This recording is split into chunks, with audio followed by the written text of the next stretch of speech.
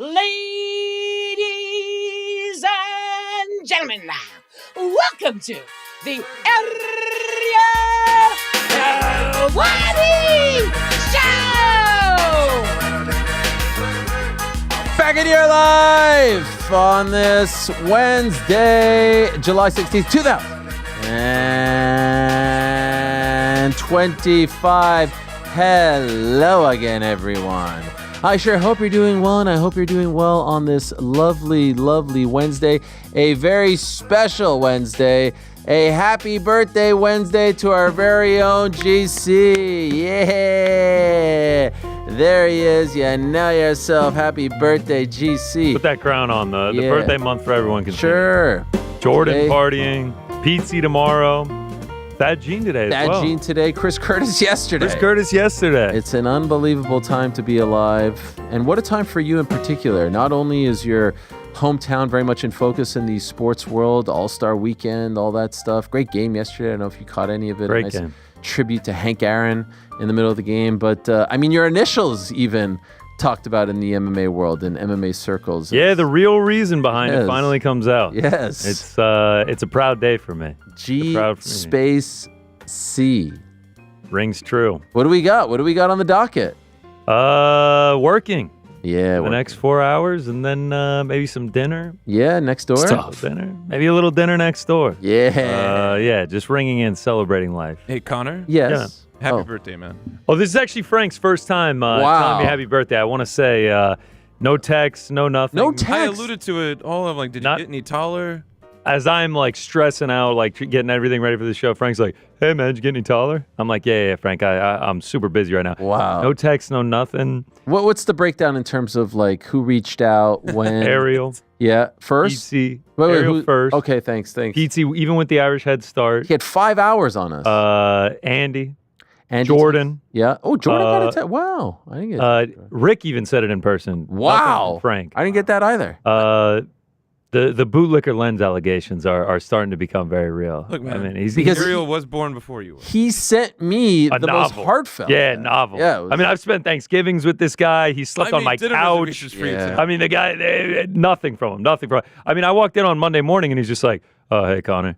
Ariel walks in. I mean, across the kitchen. He's like, "Ariel, he's here. Oh, yeah. Welcome in, big man." That was nice. The last time I checked, the person who signs my checks is not Connor Burke. Look, man. Hey, wow. look, just own up to the bootlicker lens. Man. Did you finish the second Zelda game I got you for your birthday a couple years ago? That's done, and I've also played the Avatar: The Last Airbender game as many times. I've lost count how many times. Well, we love you Happy and appreciate you. No, thank you guys. How old? 32. Jamal Anderson year. That's a great year. Or Magic Johnson. Shaquille O'Neal. Magic. James Tahuna? Or It's my James Tahuna year, baby. it never fails. If there's one thing that you could hope for in the next 365, what is it? Health. That's it. That was the Give me answer. the health. That was I'm the healthy answer. right now. If I can be this healthy at 33, it'll be a good year. That's the answer. Well, it's great for you to be able to celebrate your birthday with us here on the program. Where else would you rather be, as the great Mario Barrios once said, than right here, right now, doing this here program? And what a show. A star-studded affair as we head into one of the busiest Saturdays of the calendar year. We're calling it Uncrowned Saturday. We've had other Uncrowned Saturdays, but we're missing pro wrestling, but golly, there's a lot going on Saturday. I mean, look at this. Look at this. We've sort of ranked them. Well, someone ranked them. Anyway, this is it. Not in chronological order, but if you just follow along. First one is PFL Cape Town, beginning at 10 a.m. Eastern. Dakota, Johnny, AJ, and others. Then we head off to Poland for KSW 108, one of the all-time best posters in recent memory. Then we'll pop over to London for Usyk Dubois 2, undisputed, Wembley Stadium. Then we'll zip over to New Orleans for UFC 318, BMF title fight, The Last Dance for El Diamante. Then it's a quick jaunt over to Las Vegas for Pacquiao Barrios, Fundora Tszyu, PBC pay-per-view on Amazon Prime. And then we'll round out the night in Frisco, Texas with the return of Bam Rodriguez. I mean, what a freaking Saturday. If you're sitting at home, that's legit 12 straight hours of high-level fighting. And the place to be for all the action, of course, will be uncrowned.com, led by our fearless leader, Shaheen Al-Shadi.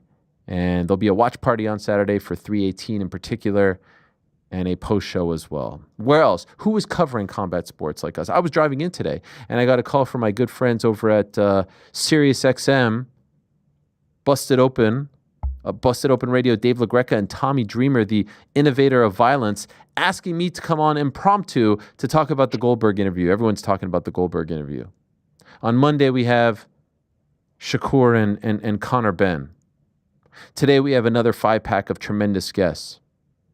Back end of the show, the aforementioned Tszyu, who is coming off a win, but prior to that, 2 straight losses. Around a year and a half or so ago, a bloody war against Sebastian Fundora, a fight that Fundora took on some 10 or so days' notice. He lost his title that night. He lost the fight. He was cut up. He was bloody, crimson mask and all.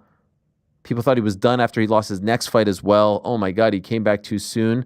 But thanks to the likes of Alexander the Great Volkanovski and others who have rallied behind him, he is back on track and he's getting another crack at Fundora in the co-main event of the PBC pay-per-view this Saturday. Proud Australian. Very good fan base. Prior to that, we'll be joined by the Big Oos himself, Joseph Parker, who is getting screwed. It is a travesty what is happening to Joseph Parker. He should be fighting for the belt this Saturday. He should have been fighting Daniel Dubois back in February in Riyadh. The screws were put on him, and now he's left opponentless. Everyone else is getting a fight. Dillian White against Moses Atama. Dave Allen is calling him out. Dave Allen, with all due respect, the White Rhino, he's not on his level. This is the man. One of the best stories in all of boxing. How can he not get a fight? We'll talk to Joseph Parker live from London at 3:30. At 3 o'clock, the Pac-Man himself. One of the greatest of all time, the Hall of Famer, who, if he wins, would be the second oldest champion. If he wins, would be the first person to win a title post-Hall of Fame induction. He was inducted just a month or so ago into the Boxing Hall of Fame. He returns to action this Saturday. Manny Pacquiao, the pride of the Philippines. You know when's the last time I spoke to Manny Pacquiao? The last time I spoke to Manny Pacquiao was 16 years ago at Yankee Stadium. Here we are once again. Remember that media day? That was myself, Bob Arum, Pacquiao, Miguel Cotto, that infamous one. 16 years later, we speak to the Pac-Man. Prior to that, we'll be joined by Mike Santana, the Standard, who's going to be in the main event for TNA Slammiversary this Sunday, UBS Arena, Long Island. It's Trick Williams of NXT fame, the current TNA champion, versus Joe Hendry, our pal, versus Mike Santana, the pride of Puerto Rico, the pride of the Boogie Down Bronx. Unbelievable story. If you're not familiar with Mike Santana, just wait. Inspirational stuff. Looking forward to having him on. And in about 32 minutes' time, we'll be joined by one half of the PFL welterweight tournament finals. He's going up against Logan Storley, the former Bellator interim champion. The pride of Haichi, the one and only Thad Jean, is going to be joining us, who is starting to develop into one of the bright young stars under the PFL umbrella. So there you have it, a 5-pack of guests. But let's not waste any time, guys, because people have been asking, where's On the Nose? On the Nose is back. Time now for everyone's favorite segment of the week. It is time. It's time for On the Nose. Yes. Here we go. From the Northwest. And there is I have to stay true, much to the chagrin of others. There is a hot tag at the very, very start. I just opened it right now. No cap, no joke. Right now I opened it, and the first question is from Jesse Orozco. Anyone want to guess what the first question is? I have an idea. I don't want to guess, but I have an idea. Oh, hey, Pete, how are you? I'm great. How are you? It's nice to see you again. What's up, Pete? Should have got a hat. Well, your birthday's tomorrow. Oh, but to celebrate GC's birthday. Sorry, we'll wear hats for you tomorrow on Boys in the Back. I'm even wearing Thank a you. hat. Appreciate it. That's next Good to see you. I got my Schleiter here. Schlitter. First question, guys. First question off the bat is, what's up with you and Turkey? That wasn't my guess. Oh, that wasn't? No, of course it was my guess. Yes, everyone asked me about this. And, I've debated whether or not to respond to this one because everyone was asking me yesterday after the tweet, all that. Did you guys see the tweet? Yep. You saw the the picture? AI is fire. Oh, look at that AI is sick. He's got his own branding kind of that AI, doesn't he? It's his own thing. I like it. I mean, it's good branding. It looks great. Is it a touch screen? Fair play. Yeah, I don't know. Is that a touchscreen? This is a sad day. Ariel Helwani unfollowed me. Not sure how I will be able to go with success in boxing without a support crying emoji. This is all that I'll say about this. Let's take a trip back to, I don't know, July of 2023 when they announced that Francis Ngannou is going to be going up against Tyson Fury in a boxing match in Riyadh led by Turki Al-Sheikh. The vast majority of people in both MMA and boxing crapped all over this. Did not believe in it, did not support it, did not want to support it, did not want to cover it fairly, did not want to cover it with the respect that it deserved. I believe that I was one of the very few that said, this is great, this is amazing, this is once in a lifetime. Let's just see how it goes. Give Francis his due. He could pull this off, yada, yada, yada. Gave it respect, talked about it, covered it, all those things and more. A lot of people at that point didn't even know who Turki was as far as this sport was concerned, boxing, MMA, combat sports in particular. And I think that we gave him a very, very, very fair shake off the bat and covered the whole event wonderfully. In fact, people who were working for the event, perhaps working for him as well, invited me to come over there, invited me to be there in attendance, not really even work it, do some social media stuff, pay me. That's not something I would partake in. You know my feelings on being paid by promoters or people putting on the events. Will never do it and have learned my lessons. It's just not where I want to be. And so I respectfully declined. It was my daughter's birthday. I didn't want to miss that, October 28th. You know the story by now. But we continued. We continued to cover with, I think, respect and with grace and with professionalism. Obviously, Francis's next fight. Then there was the big heavyweight showdown a couple of months later. Then Francis versus AJ. I was there, had a great trip. Again, they offered to take care of this, to take care of that. Even were kind enough, I've not talked about this, to even give me a nice gift when I was there. I took that gift and said I could not accept this. I gave it to the security guard who was with me the entire week. I was respectful, but it's just not something that I like to do. The folks at DAZN know this. The people that I was working with, the people that were sitting right next to me know this. And so we continued, and we had a great relationship. We fast forward. Something seemed to have changed at around March or so. Coincidentally or not, around the time of this TKO boxing announcement. Coincidence or not, I don't know, but something appeared to change. Almost immediately around that time, now we're talking about March, 4 or so months ago, I noticed that I was unfollowed. He tweets a lot. I see it. I noticed that I was unfollowed. Well, that's kind of a bummer. What did I do? What did I do wrong? I think everything kind of stayed the same on this side of the fence, and I left it as is. Kept on covering. They have the Ring event. Rick and I go. I thought covered it very fairly and positively. Ring 3 event. We have Hamza in. We have Shakur in. We have Shakur on Monday post the Netflix card, all that stuff. I would venture to say, as far as boxing media is concerned, we're probably, and I say we, Uncrowned, the most unbiased and the least compromised. I'm the only one that hasn't held my hand out. I'm the only one that hasn't asked him for anything. I'm the only one, promoter, media, fighter, and everyone in between, who hasn't tried to be in business, who hasn't tried to cut a deal, who hasn't asked for anything. I'm the only one, literally the only one. And we are the only one, Uncrowned as an entity, the only one. They took Keith Idec from us, the Ring did. They've tried to take others from us and haven't said a thing. I'm the only one. So I didn't start any issues whatsoever.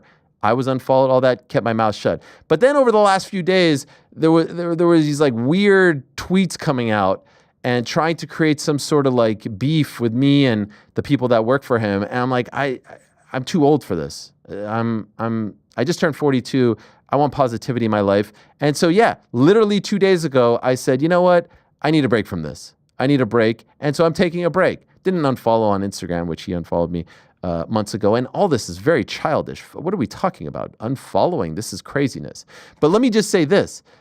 clicking a button or unclicking a button is not any indication of supporting or following or covering. We have continued to do that and continue to do it favorably. And I love the Louis Armstrong card, and I watched it, and I tweeted about it and all that stuff. So that is no indication. I just didn't want to get sucked into whatever this sort of thing that they were trying to create was. I even reached out to some of his people before the event and said, hey, good luck, looking forward to it, all that stuff. So perhaps let this be a message to Turkey. Much love, much respect. Don't want anything, don't need anything. Don't let that be an indication that we're not still here wanting you to succeed, loving what you're doing, supporting, covering, whatever you want to call it. Just didn't want to partake in any of that stuff. And all that seems a little bit too funky for me. That whole thing going on with everything and the TKOs, I want nothing to do with it. I want nothing to do with it. I don't want to get involved. I want to cover the sport. I want to spotlight the sport. I want to spotlight the fighters. I want to spotlight what they're doing. I want to do this show and be happy about covering combat sports. Pick those fights with someone else. Do that stuff with someone else, not me. And so I just removed myself from the equation. That's all. Have no idea how it took just 2 days for him to notice. And again, didn't unfollow on Instagram because that stuff isn't being posted over there. But I'm not trying to surround myself with that. And so that is the story. Show me once where I was unfair or picking a fight or being disrespectful or anything like that, and that will be news to me. But contrary to what other people told me to do, I just wanted to address that because I don't know what that is all about. And it's not any indication that we're not supportive or not trying to cover or not trying to be in good standing. It's just those series of tweets over the last week or so were just a little bit, I don't know, not my cup of tea. And so I wanted to remove myself. Is that fair? Is that okay? Am I doing something wrong here, guys? No, I thought you handled that quite well. Thank you. Rick told me not to address it. And I wish you never addressed it. No, I feel better now, actually. Did you ask him if you should address it or not? Yes, Yeah, of course. Yes, I said no. And I usually do it. This is the every most conversation. useless ask of all time. No. I like to take the temperature. Yep. And then go And then do the disregard. exact opposite Disregard it completely. almost every time. I need to speak from the heart. There's just no point in asking. No, I value the opinion, and then ultimately I'll make the decision. Does it embolden you to know I'll that you're make the going against contrary the advice? decision. By the way, if it makes you feel any better, my wife told me not to address it either. Oh, God. Triple double. Has there been any updates on the Randy Couture situation? You haven't mentioned anything about it. That's not true. We did talk about it last week. According to his manager, his longtime manager, Sam Spira, he told me that he is out of the hospital. He is back home and on a road to recovery.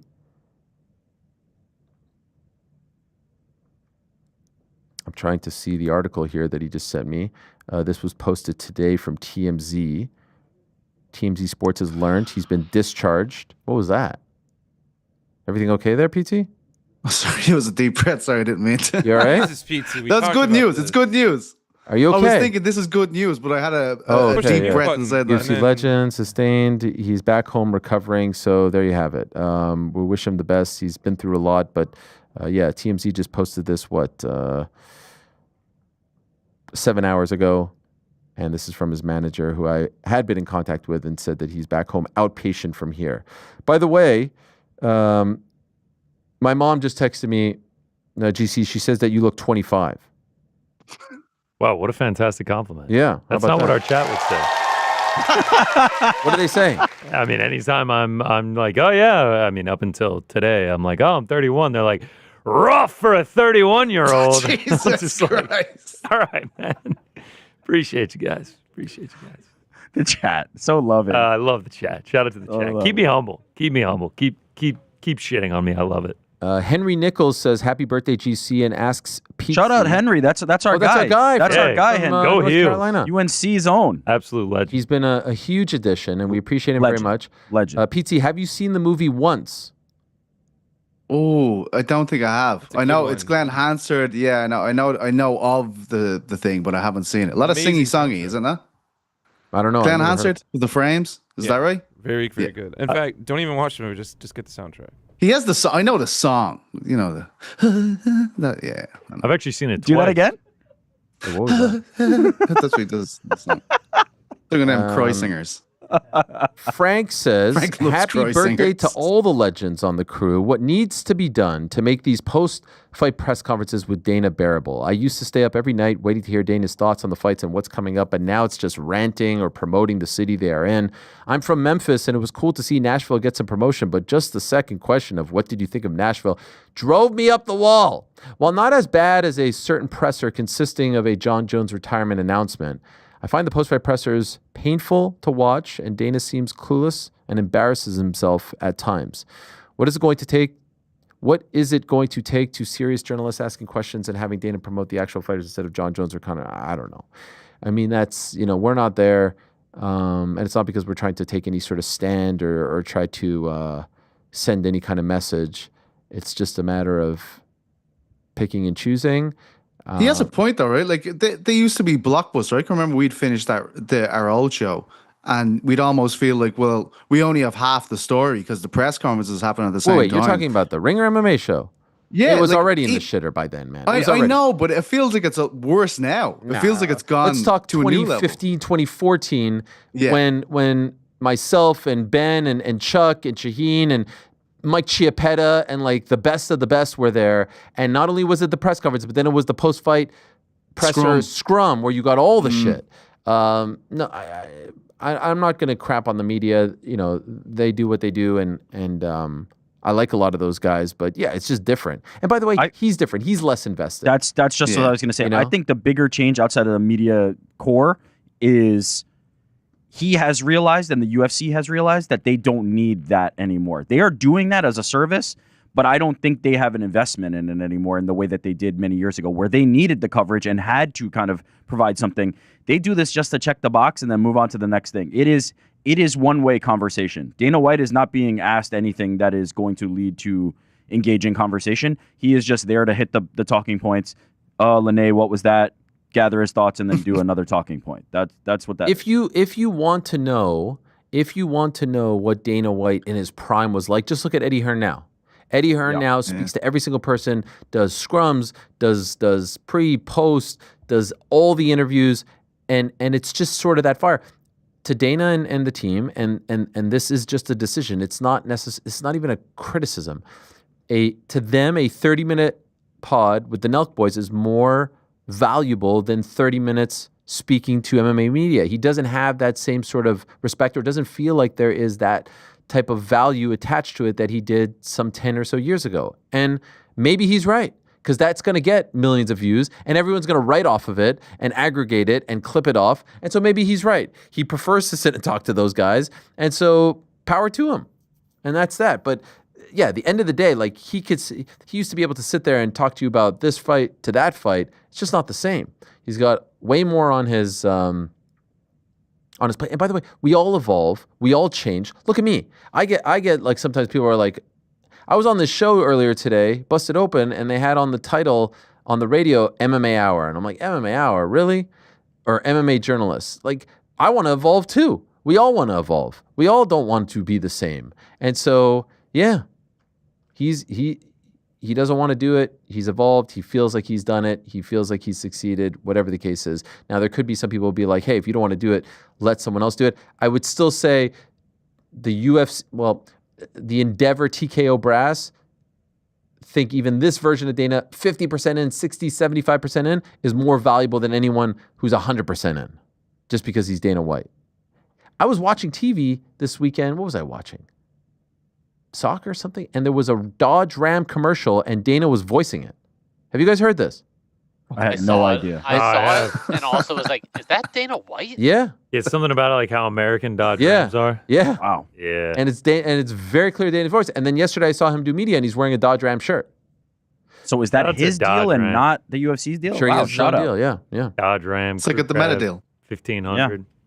By the way, do want to give a shout out to Wait, does that mean PFL. he bumped Will Arnett or whoever was doing those Who before? knows? Nah, was it John Cena? John Cena, yeah. Yeah. See, I hear, Wow, Dana White is I don't know about bumping bump. John? Maybe they have a bunch of guys. Shit. Will Arnett's the Reese's guy. Yeah. No, but also he was Legend. doing trucks. GMC maybe? I think he did GMC. Oh, he does GMC? Yeah. 1500 crew cab. I mean, you could take that over for sure. Want to give a shout out, guys, to PFL featherweight champion Timur Khizriev. Very scary scene yesterday. Some video footage emerged that he was shot multiple times. And according to multiple reports, he is in the hospital. He sustained non-life-threatening injuries, but I mean, this is like point-blank range. Did you guys see this? This is crazy stuff. Sure did. Yeah, it's horrifying. It looked like an assassination. It looks like people were coming to murder him. Yeah, it's truly terrifying and good on him for. He was fighting back. Oh my God, yes, he was fighting back. It was unbelievable. I'm just happy he's okay, but man, that was brutal to see. Yeah, so good luck to him, and we are 100% wishing him the best.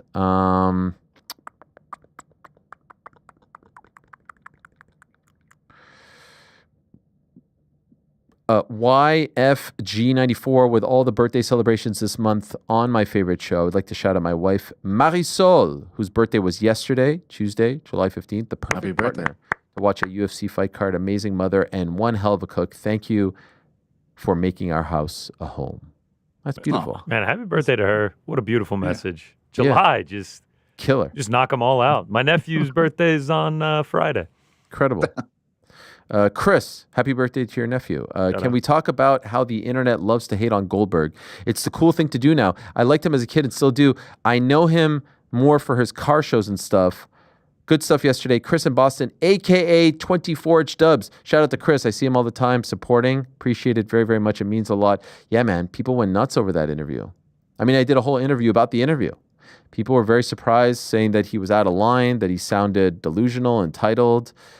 My general feeling on the interview in the aftermath was, this is the analogy that I gave, and I hope it sort of makes sense.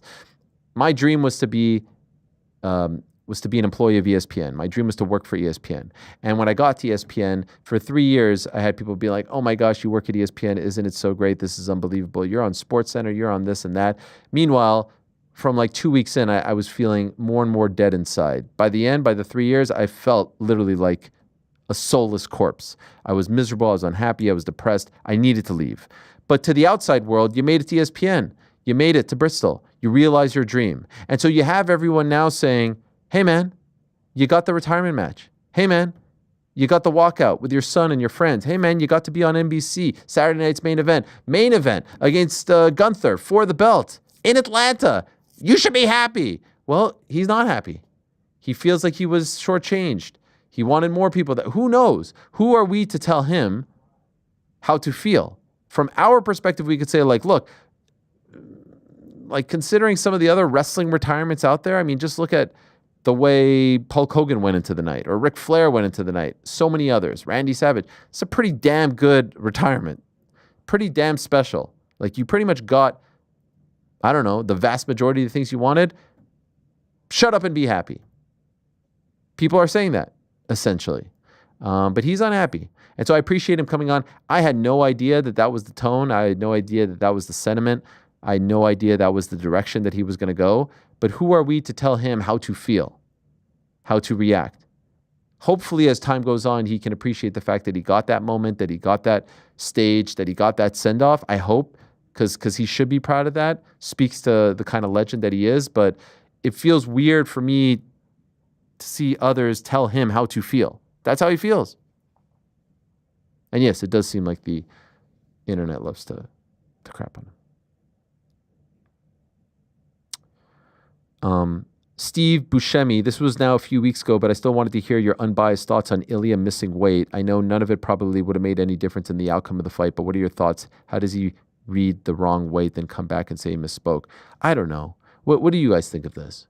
I will say this. One thing that really annoys me with the weights, it drives me crazy. UFC does it when they're in charge. Nevada does it all the time. You know when they go in those old school weights? Yeah, you're talking the sliding scale. The sliding thing. Why do they move it right away? Why does he let it go, not let it sit and move it right away? Why does he do that? Just lose Habib, bro. Habib was famous for this. Like, he get on the thing Drives and was me like straight nuts. away. Boom, Get out. It doesn't even set. Lose the tradition. Just do the digital scale. Have a giant number plastered behind them so I we like can all that. see it. Okay, but here's the thing. is it possible that they're not doing the digital scale to give themselves some leeway? 1,000%. Okay, I think that's why they're doing it. So I think no doubt. Yes. They're like, we cannot lose Ilia Topuria off this thing. You said 155.5. You better slide that bitch away real quick and just say 155. Yes. So if they're going that route with this old antiquated scale, do we have to just sort of like suspend disbelief for the whole damn thing? Yes. And God bless them. We get the fights, and we're all happy. Once they break out that thing, that old scale, the sliding, I'm like, none of this is accurate. It's all good. You have the old man the second it hits. Shing. Could not move that thing fast enough. Shing 155. You have to recognize that it is being recorded, so it has to at least be close enough that I won't care, right? Yeah. It's not like it's 5 pounds off and then they're just going, fuck it, and sliding it over. They're at least half a pound. They're in the range. Like, I don't give a fuck. Like, that's fine. Yeah, that's thereabouts. perfect. It's thereabouts. 155-ish. Give them the 1 pound allowance and let's pretend it never happened. That's fine. Wasn't there ones with Habib where people be like actively watching the dude? It was a fight in Abu Dhabi. That was at it, yeah. And he just was it the Gaethje? I think it was the Gaethje fight. Oh yeah, I thought it was Poirier. No, it was like, was it Poirier? It might have been. It was either one of those. And crazy. they slid that thing. I don't even think they got it into place. They started moving it and then they just slid it right over. I would love the digital scale. Like, fuck it. Let's find out. Put it big up behind them. Okay, but we do have to recognize we will potentially lose some fights in that that way. I don't want to. Also, I'm not down with losing fights for 0.1. That's what I'm saying. It's stupid shit. Like, I think it was crazy that Chris Eubank got fined that much. That was insane. Charles losing his belt in the Gaethje fight. Oh man! By the way, speaking of which, that Conor Ben promo where he was talking about like the smell of his Rolls Royce, so good. So good. I've went back and watched that like 3 or 4 times. That is hatred. That is pure hatred. That and just every time that he got brought up, like even when he was being nice about him, he just got to clarify. I do not like him, and I don't like his entire family. So good, so good. Oh my god! Yeah, keep the old scales though, John Anik. Next time, 155-ish. Yes. For the title holder, Ilia Topuria. As is tradition since Habib's reign. You know what I mean? Come on, that predates Habib. Yeah. GSP and Nick Diaz was a dicey. There's like Cormier with the towel. Dicey scale situation there. They should give them an opportunity to use the towel after they miss. You know what I mean? Bring it out, let them do the towel was so great because it all happened in front of us and I totally missed it. I was like, this is one of the all-time great moments. Were you doing look? I was doing the play-by-play. Yes. Leaning on that thing so hard somebody's about to die. How did he do it? How did he just lose 7 pounds in 30 seconds? But Tracy Cortez cutting her hair and then holding the hair while she was on the scale. Good. Who was it that tweeted that? Aspinall. Hashtag science. Shout out to Tom. He might be the greatest heavyweight ever just for that tweet alone. I think that's like one of his last tweets too. Yeah. It's been like a year since. So good. Hashtag science. So good. Keen, come on, Ariel, as Bruce Buffer would say, it's time. Ye show so many videos these days. I would guess the majority of your listeners come via Spotify. So many of us listen in work. When you show video, we can't just quickly switch over and see what you're showing. Read the Spotify comments. We're all begging. Seriously, how hard is it to do this? Like, what is it actually going to take? This is truly the moment I have been waiting for. No, it's not. Frank does not want to answer this. It is a limitation of how the video and audio is monetized, not a limitation of effort. Frank is capable of doing this. It is not Frank's concern. It is not something that falls on his shoulders. Unfortunately, we do not have the capability to do this at the moment. Sorry to you fans out there. Maybe one day there will be. At the moment, there is not. But it is not just Frank not wanting to upload a video. There you have it from EP Rick. Frank gets tasked with so many responsibilities. Yeah, Frank is responsible for everything. He has nothing to do with. And then people say Rick does nothing when he does a ridiculous amount of things. Listen, we don't need to see how the sausage is made. By the way, here's the, do we have the aforementioned Tom Aspinall tweet? Oh, do we? Tracy Cortez cut her hair to make weight. Later hold her hair in her hand on the scales. It might as well have stayed on her head. LOL.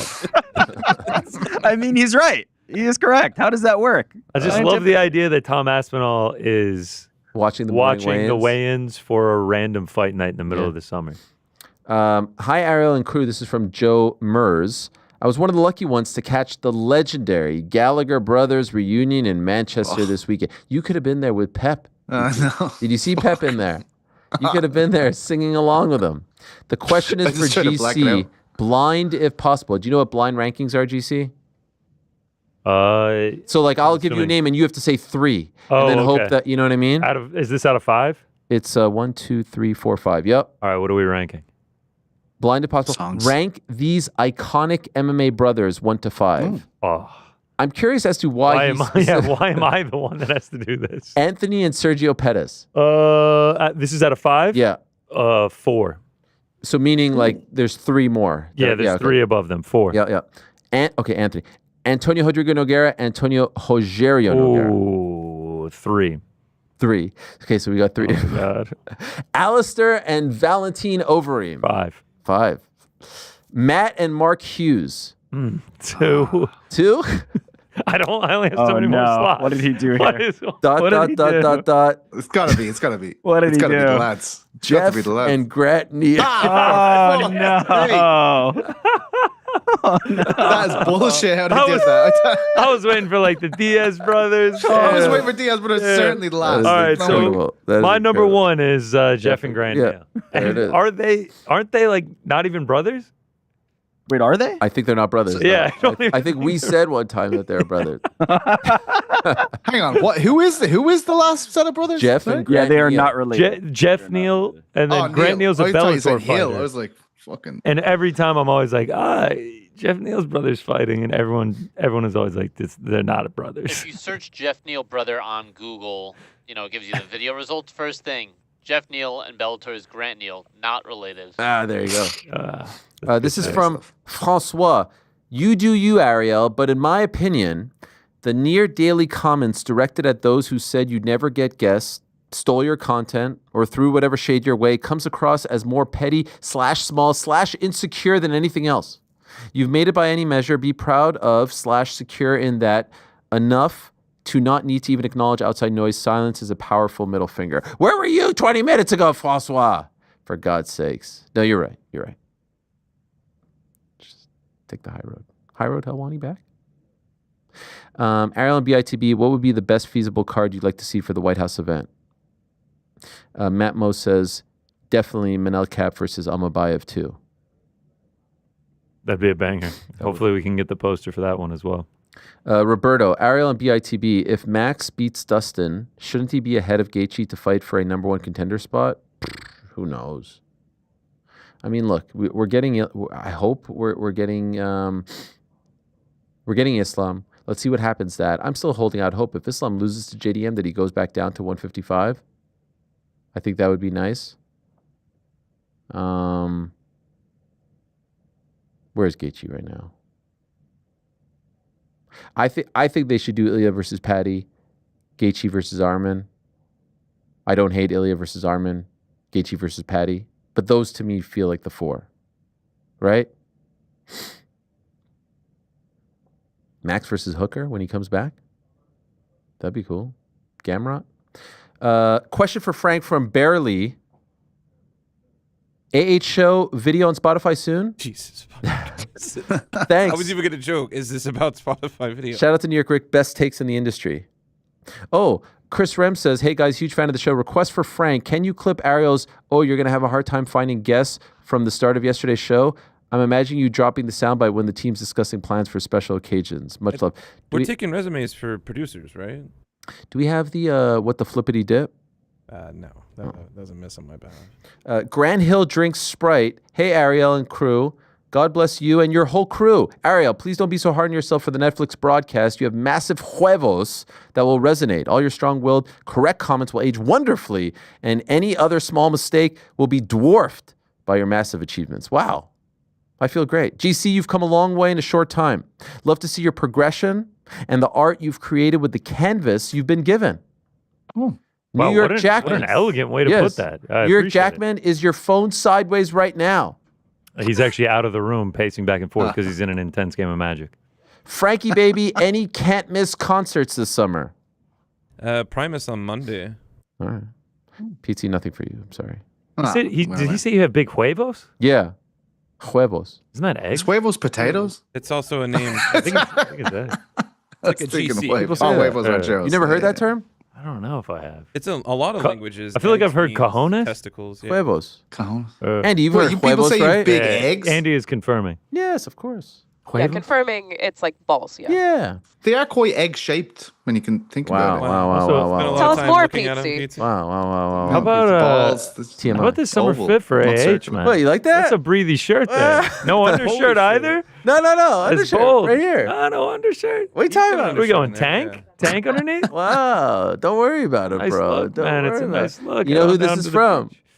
The Lulu. My good friends over at Lululemon. You know yourself. I'm sorry to become like the poster child for all things Lululemon. Please, Spencer, clip this off and send this to them.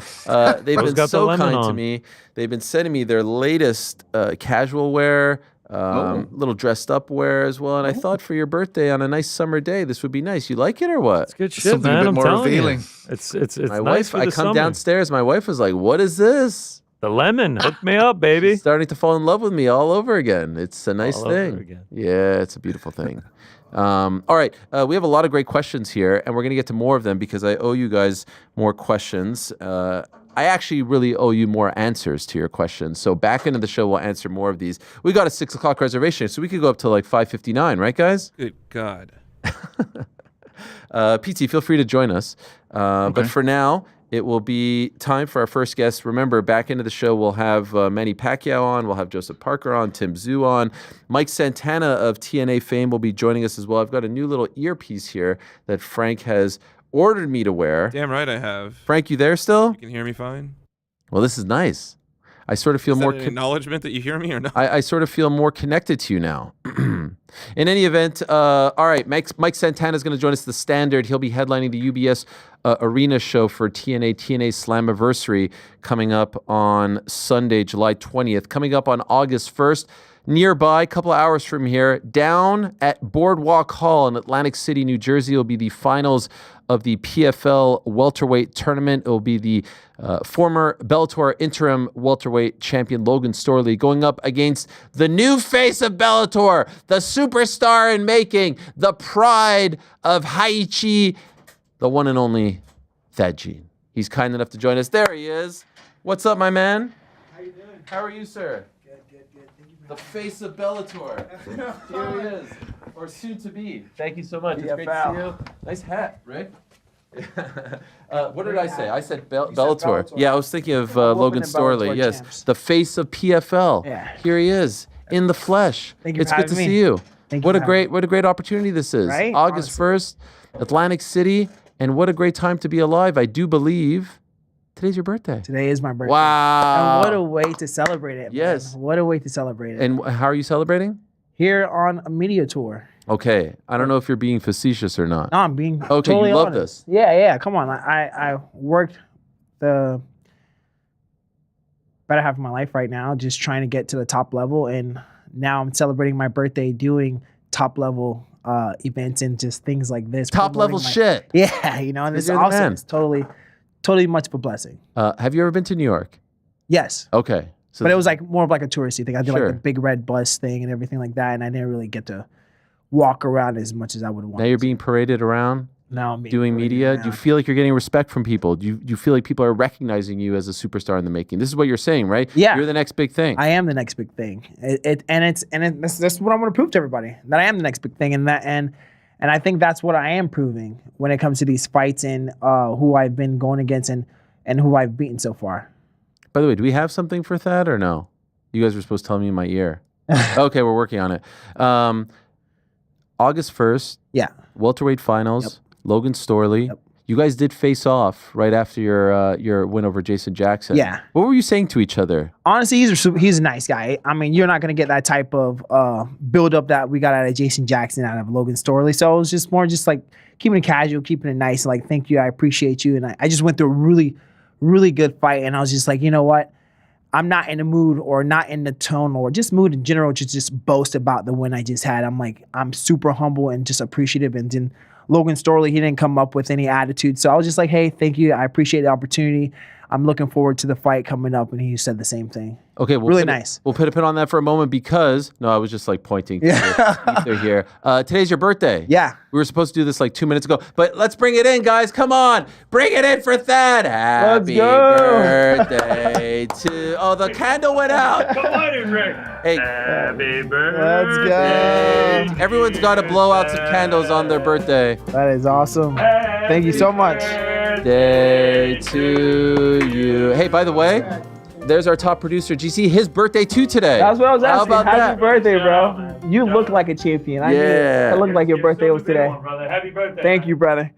I appreciate this. Can I blow it out? Of course, I was waiting. What are you wishing for? It's usually a secret. I know. Don't tell us. Don't tell us. That was a test. Did you put your chair down as you were doing that? Amazing. So we just wanted to do that for you. Thank you I for being appreciate here. this, by the way. Yes, yes, You guys yes. are trying to mess up my weight cut, I see. I know. Is this tough? The weight cut? No, to Or be sitting next to a cake. it's all right. This is We could take it away. just a cake. You sure? I'm looking at it as decorative. Okay, all right. Yeah, it's fake, decorative by the right way. now. It's fake. Is it? No, it's not. I was just gonna wanted to say. tell you that. What's a tougher matchup, Logan or Jason, in your What do opinion? you think? We know what Logan Storley does. We know who he is, Yeah. right? He's very good at one particular thing, Yeah. wrestling. I think that Jason is probably a little bit more well-rounded. The striking and the ground game, I think, is a little bit more on par as opposed to if you can neutralize that one great thing, you should be okay. But that one great thing is really, really great. Yeah. But this is mixed martial arts. Absolutely. The question is, can you... MVP versus Logan was a really interesting fight. Have you ever seen that fight? No. MVP versus Logan Storley was for the Bellator title maybe 2-3 years ago. I remember Logan took it off of him, right? Yeah, but the thing was, I actually thought MVP won the fight because he kept taking him down, but then when he took him down, he wasn't really doing anything. There was no actual damage. Damage is the number one criteria. That's what changed about it. And MVP was doing stuff off his back. Yeah. And so that's I think part of it is actually like who's judging this fight. Exactly. Because if he's just taking you down, that technically should not win him rounds. No. And that's what it is. And who's doing damage is this is what this sport is about. Am I trying to take this dude out or am I trying to hug him the entire time? And to answer that question, who's more dangerous? I'm pretty sure I went through the hardest part of the bracket. I went through Berkmov, and I just went through Jason Jackson. Logan Storley, like you said, has a really great one-dimensional game, and that's grappling.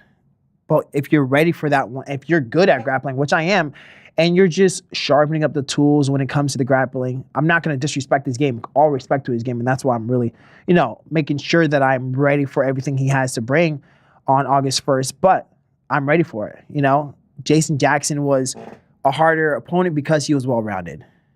And I didn't know what was going to come. Yeah. But I had to be ready for it. But we know what's going to happen with Logan Storley. He's not going to stand up with me. That'd be a mistake. He's going to want to try to take me down. That'd be a mistake. So it's my fight. It's my fight. Is it annoying to do this, like 14 or 15 days before the fight? Does this screw up your training? No. Not at all. I mean, this is part of the game. Like I said, what a way to celebrate my birthday. I have the fights, my first pro championship fight coming up. I'm out here in New York doing promos, and this is what I've been praying for.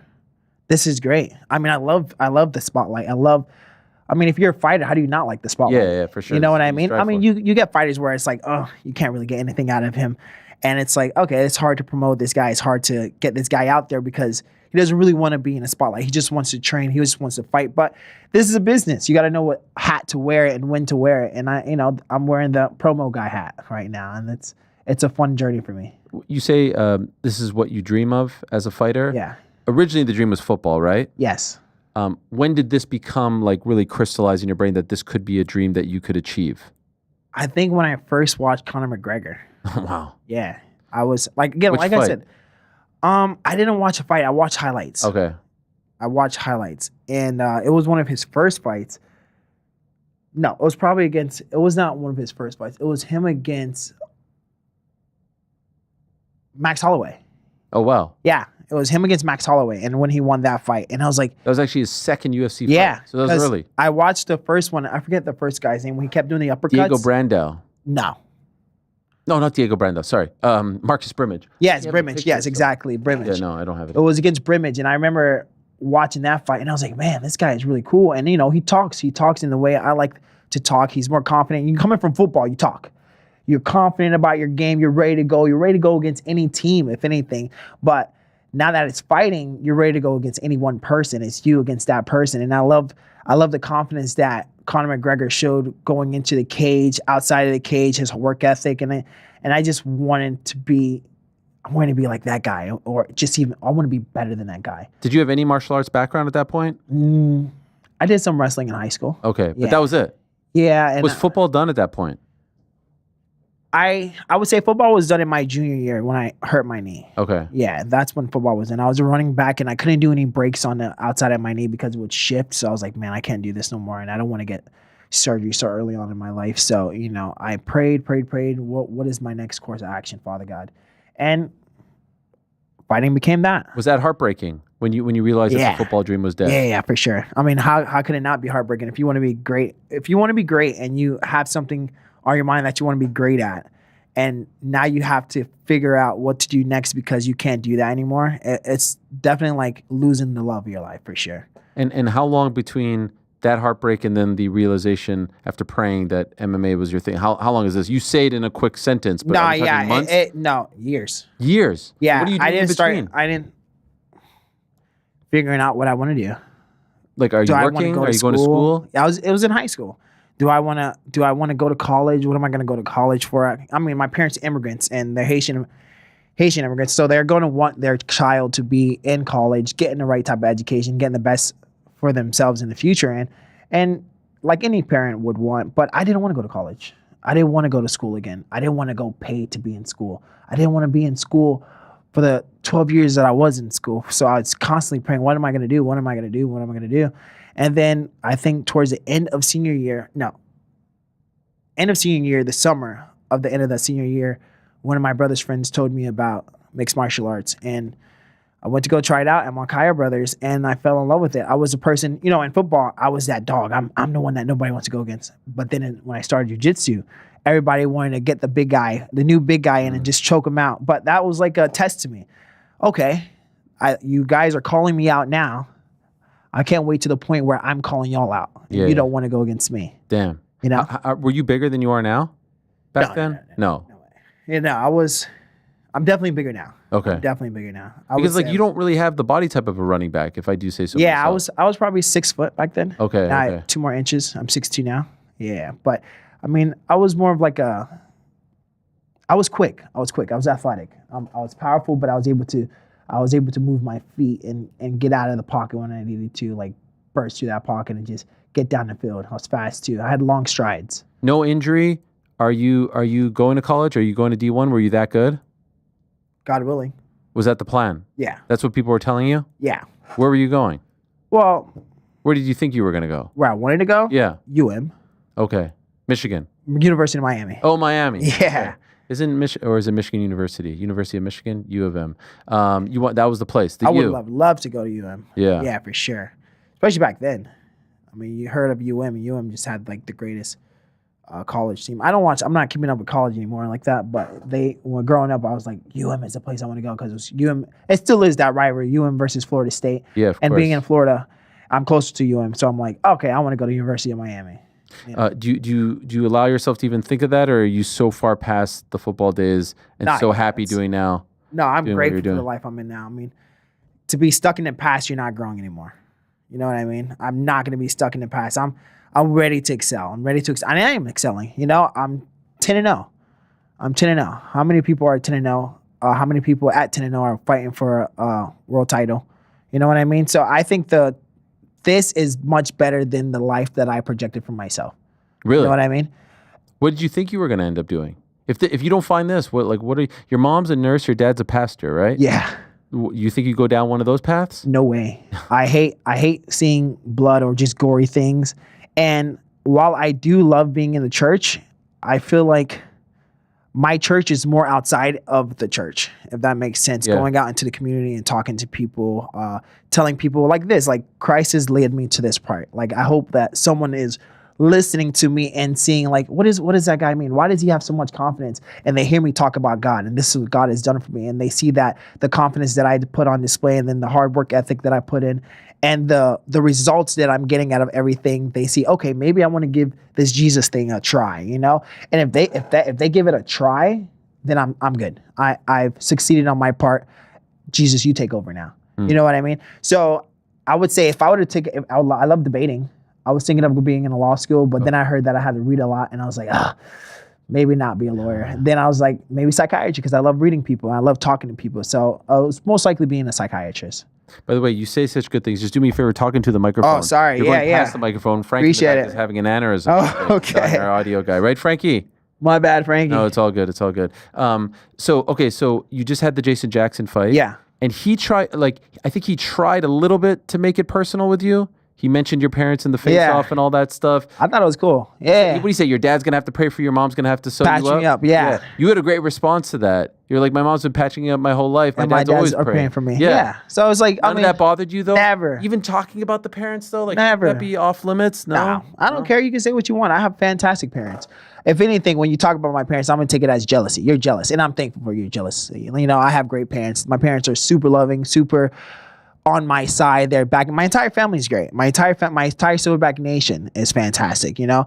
So when he was talking about my family, my parents and things like that, I'm like, whatever. You have nothing else to say, so you got to go low. You know what I mean? You got nothing else to say, so you're prodding and you're trying to poke. And I'm like, go ahead, poke. I don't mind. You're unflappable. Nah, I don't care. I don't care. That, to me, was a coming out party for you. I loved it. I loved it. Happy with the performance? Oh, man, it was a great fight. I went against Jason Jackson. Yeah. You know? Former champ, beat world champions as well. I mean, and going back to the point where people say, oh, it was a close fight. People say it was a robbery. It was a robbery because you put money on it, and because it was such a close fight and you lost your money, you say it's a robbery. Where was it a robbery? What did he do? Take me down, I got back up, and I did the damage on the brakes? Where was the robbery? I did the damage in the fight. The closest round, the round that you could say was Jason Jackson's personally, and I'm not the guy who doesn't, I always watch my fights back, it's the second round. But still then, it was still a stale back and forth fight, even in the second round. But I give myself for sure, no doubt about it, first and third round. 1 and 3. But again, I could see how the judge gave me all 3 rounds. Yeah. You know what I mean?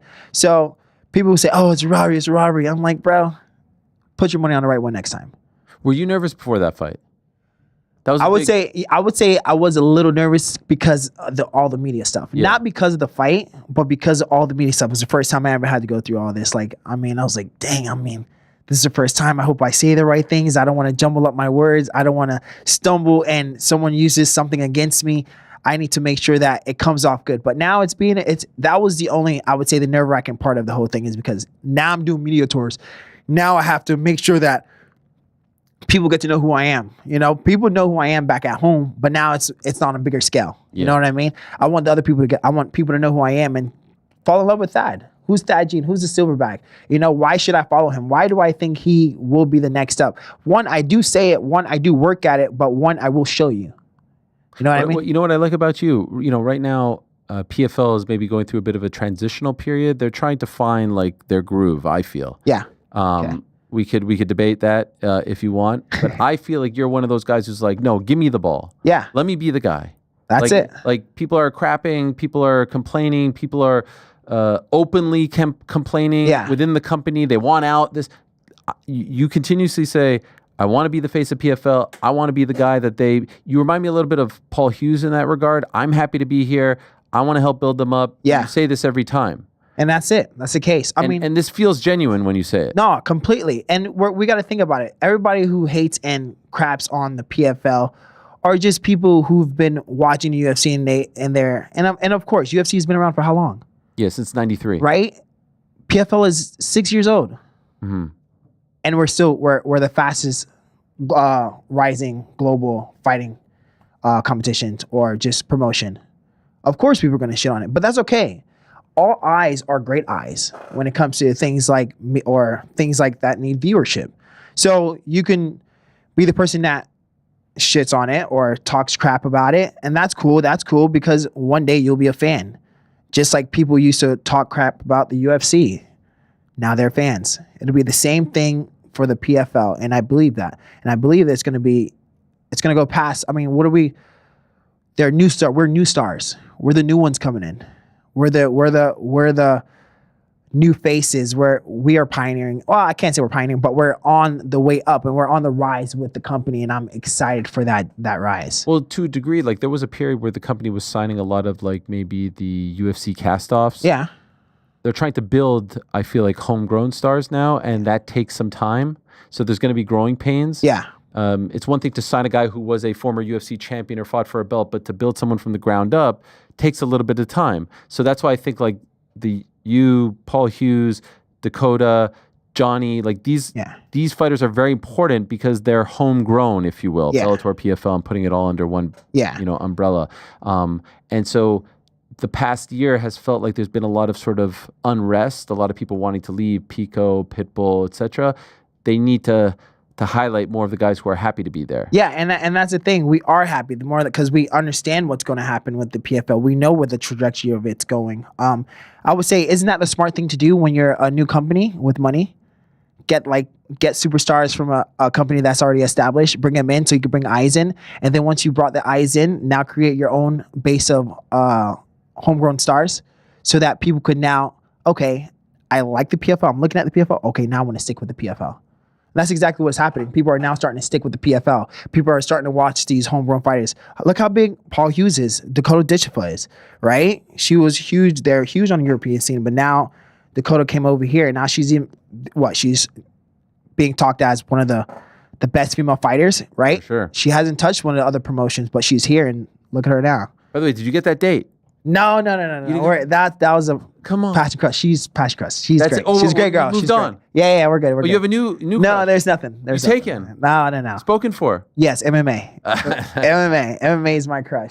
But I'm like I said, I'm happy for everybody within the promotion that's there. I mean, that's growing with it. I mean, Don Rosa is another one that's also within. That's another homegrown star, and we got people from everywhere. Can you clear something up for me? Because one thing that I think has been brought up, and I think it's fair, is that it's a little bit confusing as to what exactly you're fighting for. You're fighting for $500K, right? Yeah. You get $500K if you win. When I win. When you win, excuse me. Do you become the number one contender? Do you become the welterweight champion? What becomes of you once you win? Well, that's essentially the case, but there's other parts. The PFL just launched PFL Africa. Yes. You know what I mean? There could be a champion from there. Weekend, exactly. South It's Africa. a huge show. Yeah. With the championship Yes. series. And to go to that championship series is what people from this part, the fighting for the tournament, are trying to get into. Okay. I want to be in a championship series. I want to be able to fight people from different promotions, like people from Europe. Big faces in Europe is Baki and Cedric Doumbé. I want to fight either of those guys. I want everybody. Can you go back in the tournament? I mean, try to win the 500 I think there's again? a 150, a 140, 35 or 140, 45er that just knocked out the Lee guy. Yeah. But because it's the first year they do the tournament like this. Yeah, I mean, this is the first time where it's one shot. They've done like the seasons and all that, but like this, like one and done. So can you go back in, or once you've graduated from it, can you? I'm pretty sure you can. That? I mean, everything's a negotiation, right? Like a lot of money, right? Yeah, everything's a negotiation. But I mean, don't you want to go Don't you want to go up another level? I guess so. If the 500K though is at the end of the rainbow here, I mean, money's everywhere. What will you do with that money? Have you thought of it? Invest. Do you allow yourself to even go there, or it's always okay? It's already mine. It's already yours. Yeah, I mean, I've been talking about the belt. Yeah, everything. It's mine already. I've already invested it. Wow. Pretty much mentally. Okay. Is it 5 rounds? Yes. The final. How do you feel about that? I'm good. I'm not going 5 rounds. Have you ever gone 5 rounds? No, this is my first time going 5 rounds. This is the first time doing a championship. Yeah. He's been 5 rounds. Yeah, it doesn't matter. He was 3 rounds last, and he was gassed out in the last round. Yeah, you felt so? Right? You weren't impressed? Were you? No, you weren't. Okay. Yeah, come on. Let's be honest. And let's go back. Okay, I remember my friend sent me a video. Uh-oh. Not trying to. You had Logan Storley as winning, right? The tournament. Yeah. I like this. No, let's do it. I was out. You had me out. Yeah. First round. Yeah. I'm not beating Burkmoff. Yeah. I knock him out. Did I say that? Yeah. Don't worry. It's not your fault. It's not your fault. Back me up here, guys. It's not your fault. I got you. Can I be honest? Go ahead. Please. The truth is, I didn't really know. I didn't see the light. I didn't see the light. Most people didn't know. No. But that's why I like. Give me more shit. It's like people overlooked. Yeah, 100%. I am not even. I was an alternate. Oh, they just threw this guy in last minute. this is a dark horse. We don't even know who this guy is. 100%. I guess, we don't. He's only 8-0 first going into the tournament. How long ago, like before the first fight, did you get the call? 2 weeks. 2 weeks, yeah. Maybe. I didn't have time to do the research. Yeah, it's all right. I didn't have You're time okay. yeah. I gave you enough research that fight. Snitched? Who snitched? Snitches One of my brothers. Stitches. One of my brothers. No worry. He's a great slips? guy. He's a great guy. No, Thanks, he's bro. a great guy. Here's yeah. the knife. Here's the knife. Jeez, Louise. And no, listen. Brought out the receipts. Yeah, exactly. And I'm ready to show people who, not just yourself, who discounted me in the beginning. But I kind of feel like I've been on the bandwagon since. I appreciate it. You've been on the show. We were. Yeah. I I've been saying appreciate you're it. the guy. Like you're the face now. I keep saying that. Yeah, no, I appreciate it. Fix it because I don't want you to look small. I don't want. But I feel like they need to like strap. I was really happy when they told me that you were coming in to do this, coming to New York, because you need to be one of the guys that they strap the rocket to. Yeah, and I'm ready to go to I don't know where it goes, but I'm ready to go. Yeah, I'm ready to go. And honestly, I'm ready to take this belt. I'm ready to get, like you said, get rid of these Bellator champion. No, PFL champion. But I am whooping those Bellator guys. You know what I mean? I'm whooping those Bellator guys, and now I'm like you say, a homegrown PFL star. I didn't go to any other major promotion before. First major promotion is PFL. You can say I was born and raised here now. Love it. You know what I mean? How did you get with them? You came through their Challenger Series. But who reached out? Like, how did it all come about? And when you did get that call, did you think like, okay, Ray Sefo. Ray Sefo. Yeah, Ray Sefo gave us a call. There's a whole video on it. I got it. I was with my coaches. We see the call, and I'm like, 4-0, 3-0, 4-0. You're a kid. Come on. Yeah. And I got such a major opportunity. I can't let it go to waste. Someone is starting to see me, and I'm going to make sure that their faith in me or their thoughts on me isn't wasted. Like this guy is actually next up, and we got to take him now before somebody else does. And that right there is what I appreciate the most. That's why I say I want to stick with the PFL. For sure. You have loyalty towards them. A complete loyalty to them. Like I said, mom, nurse, dad, pastor, what did they think when you told them I want to be a prize fighter? I want to be an MMA fighter? They didn't understand what it was. All they heard was Thad wants to fight. How'd they feel about that? They didn't like it. Not great. But they're super supportive. My parents are completely supportive. But like I said, they want the best for their child. They don't understand it. So I can't be mad at them for not wanting me to fight. But they seen how hard I was working at it. And they were the first. They came to my first fight, my first amateur Muay Thai fight in Key West. They brought the whole church out. So my parents are super supportive on the part of, I'm going to back you as long as we can. But if we see that it's not the right course or path for you, you're going to change it. I will give you a chance, but you have to prove to us that this is what you really want. You think you've proven yet? Oh, of course. So are they like kind of? My mom doesn't miss a fight. My dad watches every fight. My dad had medical complications, so he couldn't really come to come to my pro fights. He now? He's good. He's actually going to be able to go to my August 1st fight. He's getting cleared to go. Incredible. Yeah, it's such a blessing.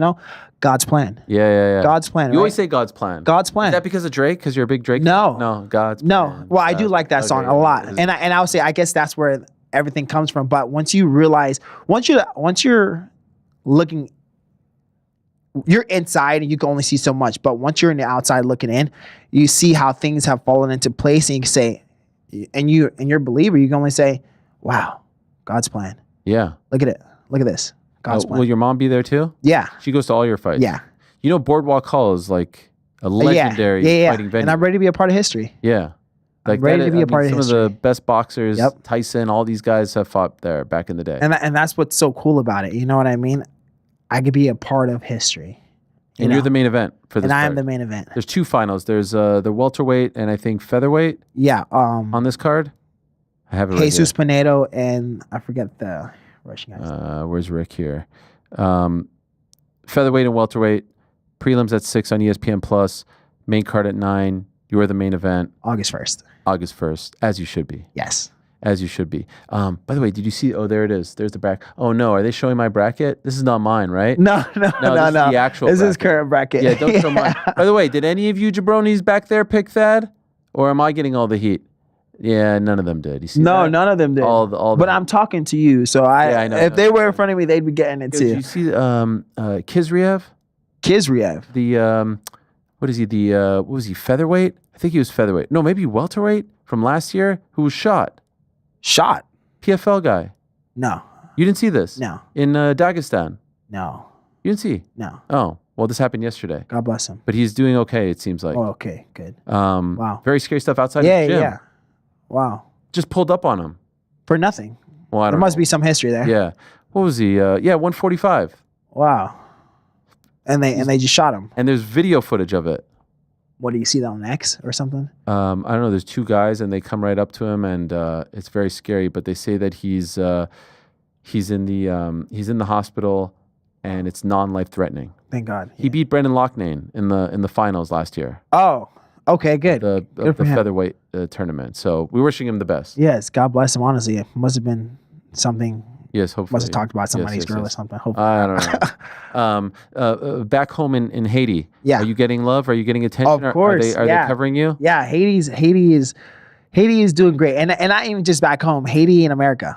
America too. Haitian But Americans. like you rep that flag. Yeah, You weren't born there, right? Your parents No, I was were born here. Here, but I was born here. I'm Haitian American, and I do love to say I have the heart of a Haitian, no, heart of an American, pumping Haitian blood throughout me. I like So that. I got that diesel fuel going through me. You know what I mean? If I'm American, so if anybody ever talks crap about America in front of me, it's gonna be a problem. Like if America needs me to go out there and rep them, I'm here. What's up? Yeah. America. You know what I mean? I'm here. But I feel like Haiti needs a champion.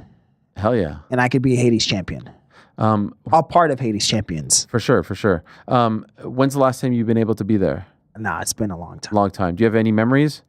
Yeah, but more of not they're good memories, but they probably wouldn't be great to like to the outside world that doesn't really like understand you with your about it. family? It's more of like, no, I was with my family, but what I really remember about it was just it sounds funny, but like bad things that happened to me. Not like bad things because of Haiti, bad things because like I remember I stepped on coal, like fire. I fell down this little well that they were making. Back then, there was just like this. It's much more developed now. It's much more developed now. But there's like these toilets that you did not want to stand up because if you fell inside, you were dead. People know what I'm talking about. If they're hearing me, like there's like this, I think this is like a box. I forget what it's called. It's a box. You stand up on top. You stand on the box and you use the restroom there. But I remember seeing that as a kid, and I was like, this is the craziest thing. But other than that, I absolutely loved Haiti. I remember the smell vividly. I know I say that, but I do remember it. I love the farming and the out there. Other than that, just Haiti itself was just much more welcoming back then. Sure. Are you dreaming of one day being able to go back? Of course. I would love to go back. I think Haiti is very beautiful and can be very prosperous, but it just has too many people who want to be leaders. Sure. Yeah. And it's such a strong country. From America now? I think Trump said no. Yeah. Like you can't even get a flight. I don't think so. I haven't checked, but yeah. I think it's like on the red flag, don't go. Do you have a family there still? Yeah. But I don't want to say. Okay. I don't want nothing. Just. Okay, yeah. All right. I just want to know if you had any communication with anyone there, if everyone's okay. Yeah, every now and then. Okay. Yeah. But I love the fact that you represent Haiti. Yeah. But you also represent America. You're trying to be one of those guys. We talked last time about some of the famous fighters who are from Haiti or represent Ovince St. Preux being one of them. Yeah. I actually just spoke to him. I went to Georgia and I was training with one of his coaches, Manu, and he FaceTimed him and I was able to talk to him. First time? Yeah. Wow. First time. What was that like? It was super cool. Very nice dude. He was telling me how he would come down to train with us one of these days once he passed down because he's actually from Florida. So he said his family's down there. So whenever he gets a chance to come down, he'll be able to train with us. And there's other Haitian stars as well. I mean, Neil Magny. Yep. There's other guys, but I can't. Have you met him? No. Okay. But you're still a neophyte in this game. Do you know what that means? No. Like you're like a baby. Yeah. You're just getting started. I would say I don't have the best knowledge of the history when it comes to MMA. My coach tells me, they always tell me that. Like I should say my whole team, but he always tells me I need to study it. But I'm like, I won't crap on anybody that's come before, but I want to be the guy people study. Yeah. You know, Yeah, I guess that's nothing wrong arrogance with to knowing. me. You know? There's nothing wrong about knowing about like the forefathers. You know, like the people that were there. Exactly. If you tell me about them, I'm ready to listen. Yeah. You know what I mean? But I'm not going out of my way to see who's the greatest before. welterweight champion in the history of the sport. I know it's George St. Pierre. Okay, at least you know. Come on. Yeah, I know. Got him right. He's right over there. Yeah, I right know over GSP. there. He means a lot to me because he's from Montreal. He's from my hometown, and I think he's the greatest of all time. Yeah, I have a friend from Canada, Mark Powerball, who's about to fight this week. Which part of Canada? I think Montreal or Quebec. One of the two. Yeah. Montreal's in Quebec. Yeah. So yeah, I think he's the greatest welterweight champion. Surely you've seen some of his fights, bro. I wouldn't lie to you. I appreciate that, but this is the GOAT, man. Yeah. You have no interest. You never want to be like, let me see what this guy's all about. I guess if I sat down and just see, I'm probably getting crap now about it. Oh, he thinks no, I'm not. No, listen, I appreciate the honesty. Yeah, I would. If someone sat me down and just showed me it, I would love to watch it. I think it's part of me knowing he's most likely gonna win. I don't really want because it's like it's already. But just for technique, style, approach. Okay, this sounds good, but this sounds crazy, but I completely 100% think that the stars of today will destroy the stars of the past. Sure. You know? So, I mean, yes, we could watch some things that he's done in terms of technique, and he's probably gotten much better with his knowledge, but I feel like it's better for me to watch people of today's technique and what they do, how they evolve the grappling game that was developed back then and made it, 10 times better. And I'm not saying that, again, out of arrogance, but that's what happens. Things evolve. So 2025 Thad beats up 2013 GSP. I don't know. I have to see how he is, but I will say yes. I'm going to say yes because that's how I feel. I feel like I could beat anybody and I will beat everybody, but I can't tell you because I don't want to knock on his legacy because I know he has a legacy. And like you say, he's here all over the place. So he's definitely legendary. I love that. Yeah. But I mean, I'll leave that untapped. No, I get that. Well, there is always a case like people debate about the NBA, like, oh, Will Chamberlain versus Shaquille O'Neal. Yeah, Shaquille for sure. The newer guy. Well, and then a guy from today versus Shaquille, and they'll say the newer guy, right? Yeah. Like Giannis versus Karl Malone. Or LeBron versus Jordan, and LeBron it is. Nah, that's crazy. Come on, let's be honest. Yo, let's be honest. It's one of the worst takes of all time. Let's be honest. Why? What's his record in the finals? I can't tell you that. How many times he's been to the finals? Yeah, many how many times did Jordan lose the finals? 0, 6-0. Comparison to you have everybody is an all-star, and LeBron is still an all-star. Yeah. Going against these kids. Yeah. The level of competition is much crazier now than it was back then, and LeBron is much older, and he's still a superstar. First of all, not trying to be, but you probably didn't watch Jordan in the 90s. No, I didn't. So not everyone on his team was an all-star. What are you talking about? On Jordan's team. No, I'm saying the now. Yeah. I'm saying that the level of competition that LeBron has to go against is like he's going against superstars. Sure. So did Jordan. What do you think? They weren't superstars back then? No, I'm saying they were superstars, but they're not in the level of superstars today. Come on, let's be honest. I disagree. Okay. I disagree. But the thing is, like, Jordan, a lot of people like to say, like, oh, he had Scottie Pippen, he had Dennis Rodman. That came over time, and the rest of the team wasn't that great. He had guys like Judd Bushler and John Paxson and Steve Kerr and on it goes. Side by side, they're a bit different players because LeBron was bigger. He was 6'8". Jordan was 6'6". Played different styles of games, but Jordan, when it counted, never lost. He was 6-0 in the finals. LeBron has lost multiple times in the finals. I heard he lost 3 times. LeBron had legendary careers in every team he's been on. So did Jordan. What do you mean? Come on, LeBron had Cavaliers. Yeah, sure. Heat. Yeah. He had to make a super team to win a championship with the Heat. Still he literally had to pull this guy from here and pull this guy from there. You must not have watched that comeback. I watched it. Yeah, that was that was Cavaliers. That was amazing. Yeah, it was amazing. Down 3-1. Yeah, the Warriors were bored. They had already beaten them twice at that point. They were that's up to them. They're not. They don't have that championship mindset. I'm not trying to take anything away from LeBron, but to me, it's Jordan then LeBron. And you know what it is? It's a byproduct of when you were born. You were born in 98? Yes. 82. Okay. So it's you know I feel what I mean? that. I feel that. When it's a great line from Renzo Gracie. Do you know who Renzo Gracie is? Legendary jiu-jitsu guy. Yeah. And he had a feud with BJ Penn, and they were building up this fight. And he said, BJ, I was a black belt. I was winning titles when you were still in your father's nutsack. Yeah. Jordan, That's dope, though. Yeah. You know what I mean? I hear what you're saying. You know though. what I mean? Yeah, I hear what you're saying. And like I said, I don't want to knock on what he's done, but like I said, I feel like if I want anybody on my team, if it goes from Jordan or LeBron, I'm picking LeBron 10 times out of 10. I got you. We can have this debate all day, and I look forward to having more debates. I like that you came with the receipts. I love everything that you're doing. It's great to see. And, thank you so much. They should be pushing you very, very hard. August 1st, you August return. 1st. ESPN Plus. Once again, prelims are at 6. Main card is at 9 on ESPN and ESPN Plus, and the main event is a spicy one. You also have the featherweight finals on that card, but the main event is a spicy one. It's Logan Storley versus this man, Tszyu, the silverback, the pride of Florida and Haiti. There we go. Keep doing your thing, my man. Thank you so much for having Happy me. birthday. Thanks for coming in. You. Good luck with the rest of the tour, and good luck on the 1st of August. That is awesome, man. Thank you for the cake. Yes, That's of course. awesome. Thank We're you so going to much. take a quick break, say goodbye to Thad. We'll be back with Mike Santana. Don't go anywhere. Okay, there he is. Here is Shakur. Shakur Twitterson. There he is. What's happening? Hello. Yeah, this is great. Good. You guys know each other? Yeah. You've DM'd? I ran into him, man. I ran into him. Yeah. Where? In London. He was sizing me up. Okay, where's this? He was sizing up in London.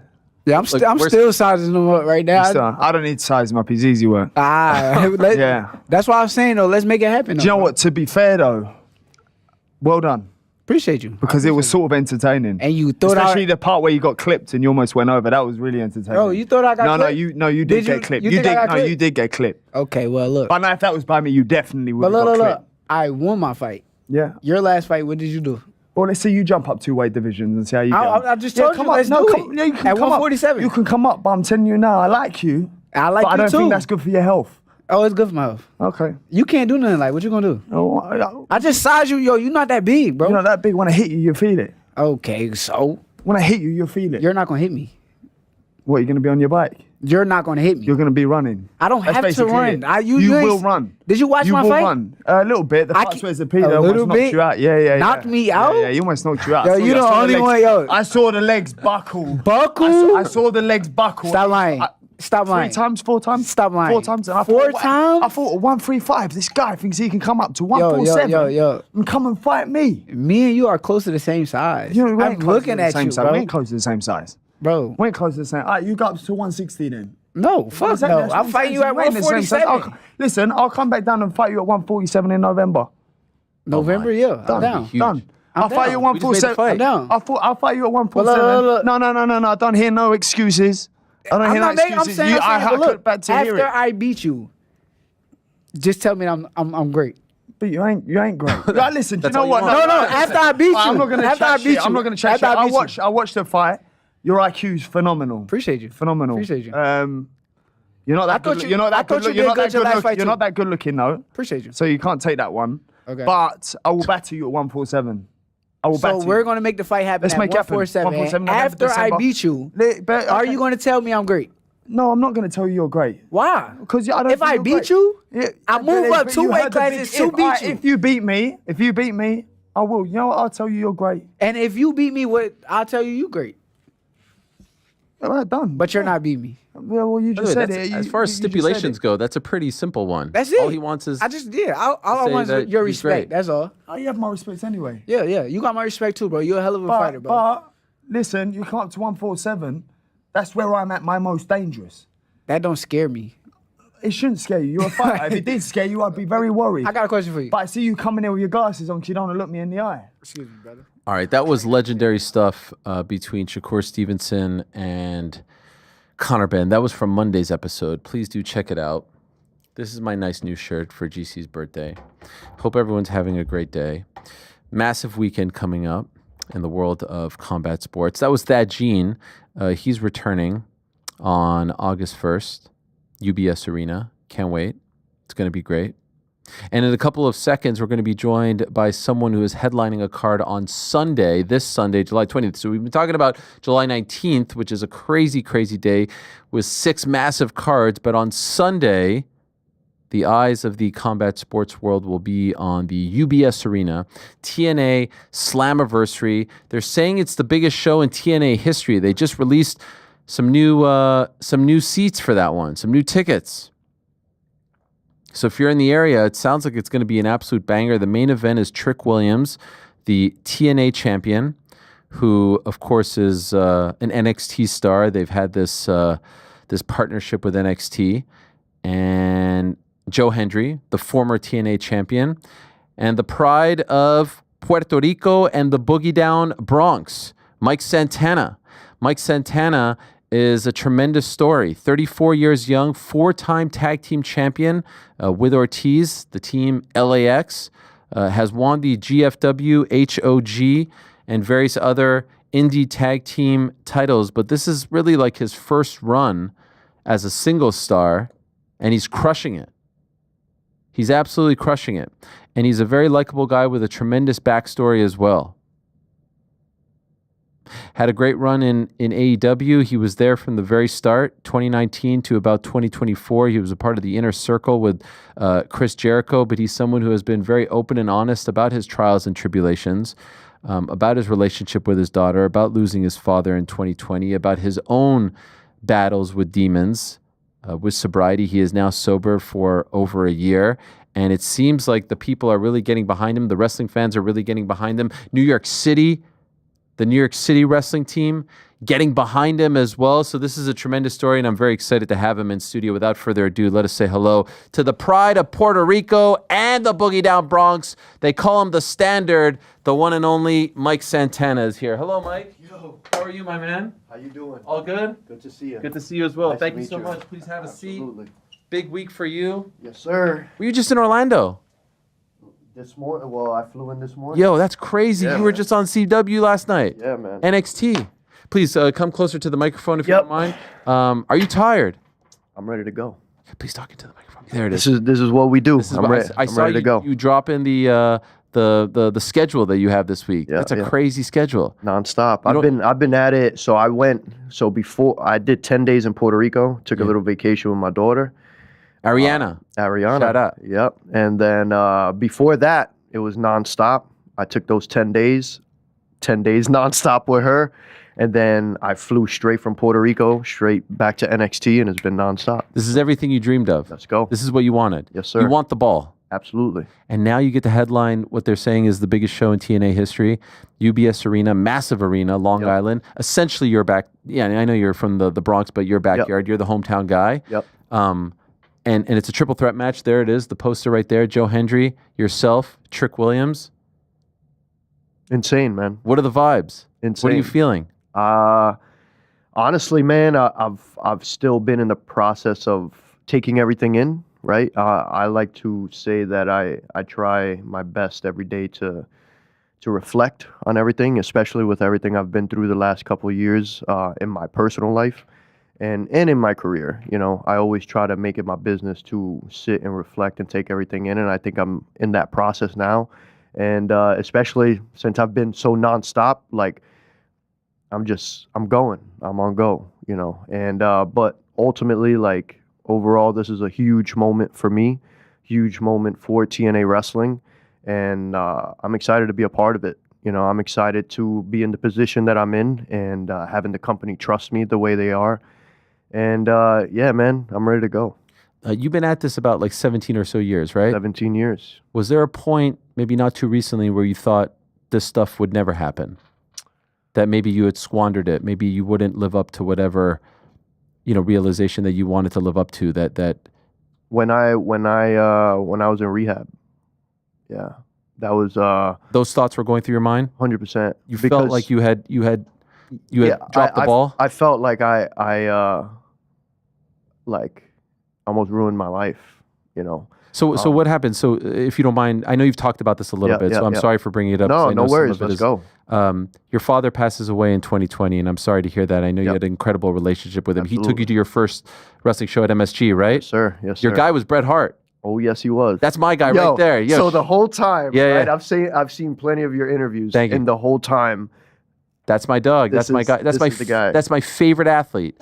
As a kid, that was my guy. There he is over there. Amazing. When I was young and my mom would take me to the doctor's office, they would say, close your eyes when I was getting a shot. I was so nervous. She would say, think of something that makes you happy, and I would think of him winning the belt. That's how much he means to me. So when I heard that That's amazing. you loved him as well, I knew we had a connection there. Yep. But your father passes away, and you go down a dark path. Did you have any of those demons before that, or was it because you were trying to cope with it? So I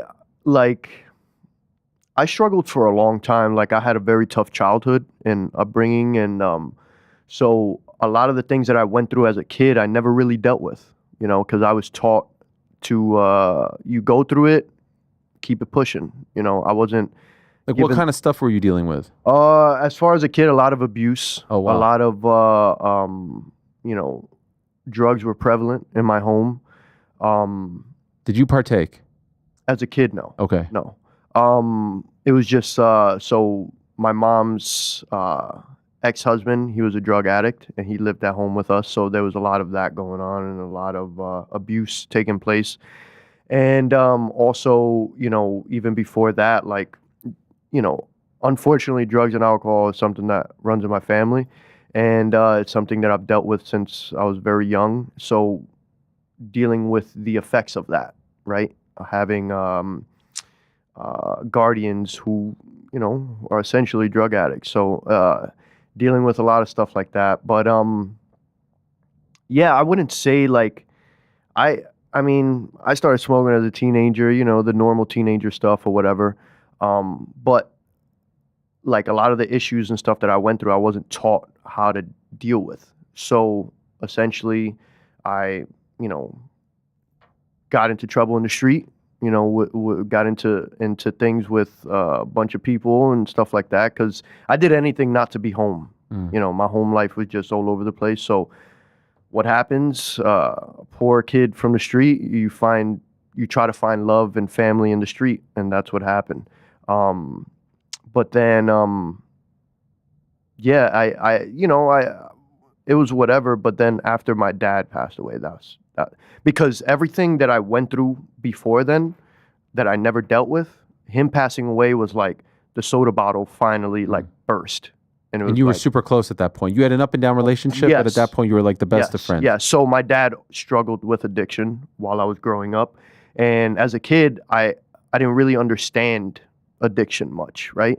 So my dad, he struggled. He was also blind, so he dealt with depression a lot. So I didn't, as a kid, you don't understand these things, right? So in my head, I'm like, why is this dude such an asshole sometimes, you know? But thankfully, as I got older and I started experiencing my own depression and anxiety and struggles with certain things, I started to understand him a little more. And then finally, when I was older, after I had my daughter, I finally built up the courage to sit him down and ask him and have a real serious heart-to-heart talk. And that was it. That was the moment that he wanted me to understand him. And what did you ask him?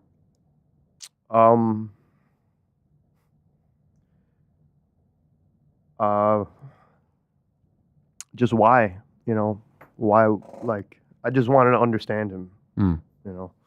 And one of the main things that he told me that affected him deeply, not just his blindness, not just him not being able to make his dreams come true. He struggled a lot with, he felt like he couldn't be the father that he wanted to be. And that ate him up, you know. And one thing that I'm glad that I told him was his presence was the greatest present that he could have ever given me. And yeah, from there it was amazing. That was like my big brother, my dad, like best friend. He was my biggest cheerleader. And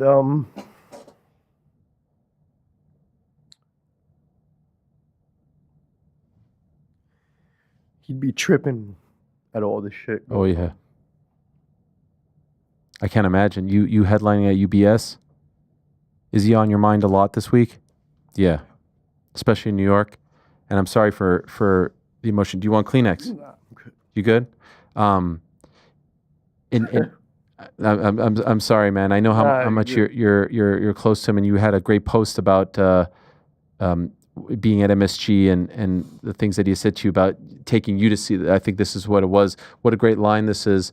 That day he pulled me aside and said, "It's crazy how all those years ago I brought you to see all your favorite wrestlers, and here I am today coming to see my favorite wrestler." That shit lives with me. Yeah, no, I know, man. I know for sure. And so when it was just unexpected, right? New Year's Eve or so. Yeah, 2020.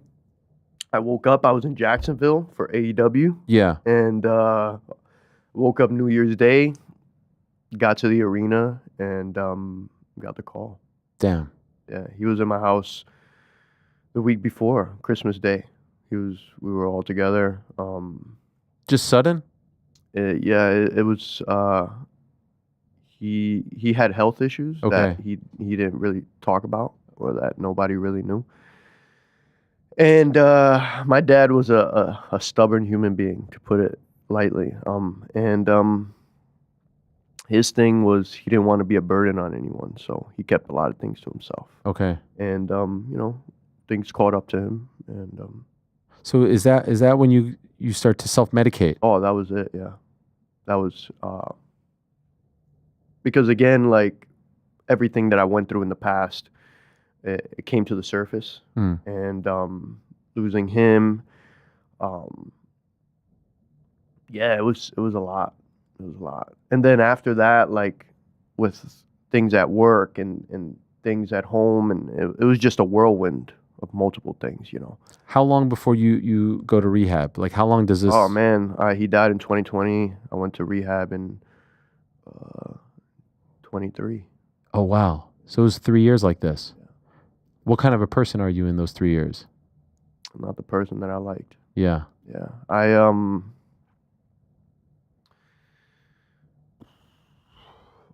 as an addict, when we're in active addiction, we're trying to fill a hole, and like I never did drugs and alcohol to have fun. Like it wasn't fun at all. I did it because I didn't want to feel anything, and yeah, like just being who I am today and looking back at that person, I feel bad for that person, but I ultimately needed to be that person. Why? To get to where I am today, and to truly appreciate who I am today. I always say, gutter to glory. You have to walk through the fire sometimes. And that was like, I needed rock bottom. Like thinking about it now and being where I am today, like, because ultimately that was the foundation that I started to build upon, What was rock bottom? Rock bottom was,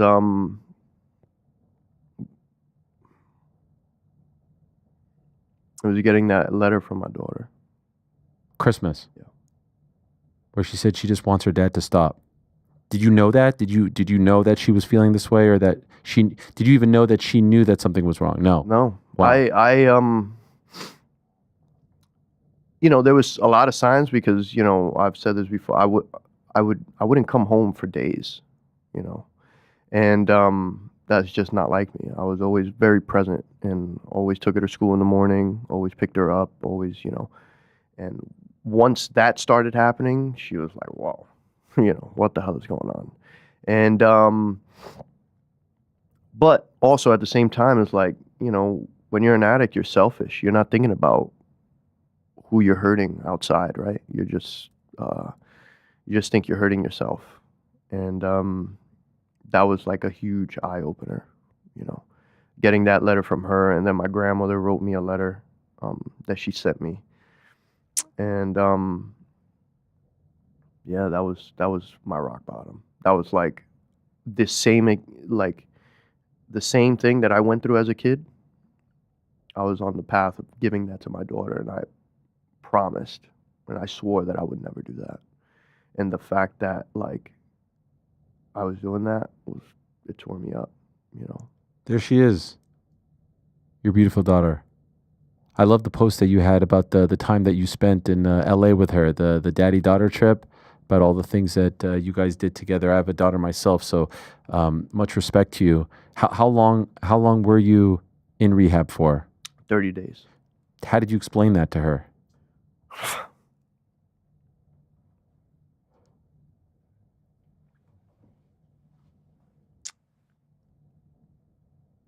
That was also one of the hardest days of my life. Because I sat her down and her mom and I were like, because like we've always made it a point to make her feel a part of whatever conversation we were having, you know. And I've always spoken to her like a human being, not like a child, you know. And you know, I sat her down and I told her, Daddy is sick, and I have to go away to see some doctors that are gonna make Daddy better. And I promise you that when Daddy comes back, he's gonna be better. And her mom told me that when I left, her biggest concern was, am I going to have food? Am I going to have a bed to sleep in? Damn. Yeah. Were you able to interact with her during that time? I called her one time. Okay. But I didn't. They allowed visits after when you're halfway through. Okay. But I could not allow them to see me there. Right. You know, so I just needed to focus on myself, get myself better, and yeah. Do you decide after the 30 days to leave, or do they say that? No, like it was a 30-day program. Okay. Yeah. And have you been sober since then? 881 days. Damn. Congrats. Thank you. How hard was it in rehab? Hardest thing you've ever done? Now at this time you're an AEW star. Yeah. TNA No one star. knew anything. No one knew. Not one person. Not even the company. Nobody. What did you tell them? I was away injured. Wow. Okay. Yeah, I disappeared from social media. I disappeared from everything. No one knew. Only 3 people in my family knew. Wow. Yeah. Did you tell them when you came back? When I came back, I did, yeah. And the reaction was just like, why didn't you reach out? Why didn't you tell them? It was my problem to deal with. Maybe they could have helped. You didn't want it. No. Okay. It wasn't even a pride thing. It was more of, again, this is my problem. It's my job to deal with it, you know. And so what month is that, if you remember? February 16th, I went in. February 16th of 23? Yep. February 16th of 23, 2.5 years later, you're headlining UBS. That probably felt a million miles away in that point, right? 100%. And going back to the initial question, that's when you probably think you're squandering all of this. Mm-hmm. And then, you know, when I got out and I finally got home, and it was go time, because my daughter's mom sat me down and she really gave me like a real eye-opener. She was like, yo, you're a poor Puerto Rican kid from the projects who a lot of your friends are not alive today. Look at what you've been able to do. Look at what you've been able to accomplish. And you're going to piss it all away, or you're going to be great. And I refuse. I got a little girl that looks up to me. And that was all I needed. That was the turning point. Oh, it was a wrap. Yeah. And I never looked back. Wow. Yeah. Ultimately, why did you decide to leave AEW? I'm the type of person that I need constant growth in my life, and especially in this line of any line of work, right? If you're not growing, then what are we doing? Right. And ultimately, that was the ultimate case. I was just a lot of unhappiness, a lot of things that I just wasn't about, and ultimately, business is business, right? And I'm a brand, the same way that they're a brand, and I was like, I need to take care of my brand, and I need to continue growing. Because this wrestling thing, this is my life.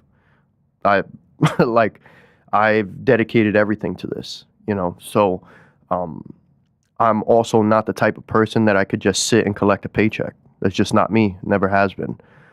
So it was just about that time, and there was no heat. There was no hard feelings. There was, it is what it is. That's the wrestling business. People come, people go, right? And I looked at it as like, I need to do what's best for me and my career and my life and my sanity. Yeah. And I did exactly that. Was I worried? Was there fear and stuff? Yeah, of course. I'm leaving a guaranteed paycheck of a lot of money. I have a family. But me having done the work on myself, I knew the work that I was willing to put in to get to where I wanted to be. And look, I'm in the main event at UBS, right? Did they try to keep you? So I had asked for my release multiple times. Oh, wow. Yeah. When I came back and like I had the short feud and match with my ex-partner, and then after that, like, they stopped bringing me to TV. So I was like, yo, just get me out of it. I'm good. Like, let's just whatever. And like, I asked maybe like 2 or 3 times. And then finally, they granted me my release. And I was like, thank you. So you were in TNA for many years. Then you go to AEW. You were there from the inception. 5 or so years. The natural step would seem to be you try to go to WWE. Yeah. But you went back to TNA. Yeah. Why did you go back? And I've heard you say, like, this is where I wanted to be. Yeah. And that's a nice thing to say, but like, why? I wanted to be a part, like, so I've always prided myself of keeping my ear to the ground no matter what, right? This is my career. So I've always paid attention to what TNA was doing while I was away, and they were doing great things, I'm very good, close friends with Josh Alexander, so I would talk to him a lot while I was at AEW and get a lot of, stuff from him and see how things were going. And also, like, I've had such a great relationship with everyone at TNA, and I wanted to be a part of that growth. You know what I mean? And I knew that they were also going to give me the opportunities to grow. And ultimately, that's what more can you ask for, right? And if they're going to give me the opportunities, now I need to do my part in showing that I, could take the ball and go with it. And thankfully, up to this point, I've been able to do that. Was there like a difference, a palpable difference between this era and the one where you left? It's because 100%. It felt to me, correct me, you were there. I said this to Carlos Silva last week. Like I was buying the TNA pay-per-views when they were $9.99 on Wednesdays from the Nashville Fairgrounds. Like back in like 02, 03, right? The NWA belt. So I've been watching and trying to support for all those years, and it felt like once it went to Impact Wrestling and all this, like it felt like it was like almost not quite 6 feet under, but like 5 feet. It was under. close. You know what I mean? The total afterthought in the wrestling business. There was WWE, AEW, New Japan was doing their thing, all these other indies. And then for some reason, it feels like as of late, so when you got there, were you starting to sense that they were 100%. Turning the corner? Yeah. So I for me, those Vegas tapings that happened, the pay-per-view, and then when Nick Nemeth showed up, that was like, it was like a match was lit, And I remember watching, and I was like, oh man, just the excitement, right? Also, I don't know if you saw that package video that they did where Frankie comes out of the water with the box, right? Yeah. Man, when I saw that, I was ready to run through a wall for sure. And I just like it was so well done and creative. And it was like, if you're not rooting for TNA after watching that, come on. And then they delivered after that. And then, so that was January. I came back in April. January of 04. No. Of what? 24. 24. Yeah. Yes, of course. Yes. Yeah. So that happened in January. I came back in April. So shortly after. Yeah. So like, I was worried. I'm a big Scott D'Amore fan. Yeah. He actually writes for the website on crown.com. Yeah. I was worried when they parted ways with him. Had he left already by the time you came back? Yes. Okay. Yes. It was like a very short time. You were with him back in the day. Yes, I was. So I was like, man, this guy is doing something. I felt like he was somewhat responsible or a part of the thing. And so I was worried that like all the good vibes were going to come Yeah, I think a lot of people were. Yeah. Yeah, a lot of people were. And Scott's a great guy. Like I've had a relationship with Scott for a long time. He was there when I first got to TNA, and we developed a great relationship, and you know, we hit each other up from time to time, and but yeah, a lot of people thought that it was just gonna die out, you know, and I honestly I give it up to the locker room because they had put in so much work and so much dedication that nobody was going to allow that to happen. Aside from, you know, behind the cameras and stuff like that, but that locker room is like, they bleed TNA. And over their dead body was they're going to allow anything like that to happen. So hats off to everybody. But yeah, it's been great. It's a huge difference. Going back to that, it's a huge difference. We came in and it was like during a very low point, and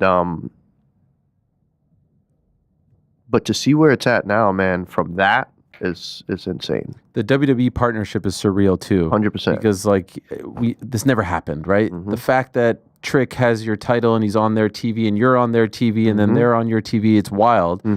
I had Matt and Jeff in a couple weeks ago, and I asked Matt about this, and I said, "Why do you think this? Why is WWE doing this?" And he's like, "Let's just be real. Like, they're trying to hurt AEW. They're trying to prop up TNA and help TNA get better to hurt AEW." Do you believe that, or do you think there's another reason? I wouldn't say that I believe that, but again, like I feel like partnerships help everyone. I feel like it's everyone wins. You know, the wrestlers, the fans. I feel like right now with the TNA and NXT stuff, like TNA is getting a whole lot more exposure with dealing with WWE, and a lot of the NXT dudes coming over to TNA are getting exposure, getting more experience, working with more experienced guys. So everybody's winning, right? For me personally, like I don't even look at stuff like that. You know what I mean? Like I'm always in the mode of like, let's just work, put out the very best product that we could. Screw everything else, man. All the other bullshit doesn't even matter. How are you received backstage at NXT? It's been great. Like they consider you one of their own. It's not like you're the TNA guy and you go over there. No, also there's a lot of people at WWE and that NXT that I have worked with before in the past, and like thankfully I've been around a while, so like going there was just seeing a bunch of familiar faces, you know, and it was they were very welcoming, very hospitable, and like the locker rooms, as you know, locker rooms are very sacred grounds and very protected, and the fact that they welcome me into that locker room, and you know, I sit with the boys. And was it weird for you at first? No, that you were at a WWE show and not part of the company, so to speak. No, not at all. No. I've earned this. Yeah, like I've worked for this. You know, everyone wants to at some point be with WWE. Like, you know, if you're in this business. So did it feel like you had made it, so to speak? How did you process that? Yeah, like. Honestly, going into it at first, when I first showed up to Battleground and I had that initial like interview or whatever, it was like I was going in with it, honestly, another day at the office. Okay. Like I'm here to work, you know. Was there excitement? Was there, of course, like who wouldn't be? But I'm here to do work. I'm here to represent myself, represent my brand, and that was my mindset. And then afterwards, like, you know, going to NXT and all this stuff, I was like, man, like, I worked for TNA, AEW, and WWE. Yeah. You know? So that was a huge accomplishment for me, and it was pretty cool.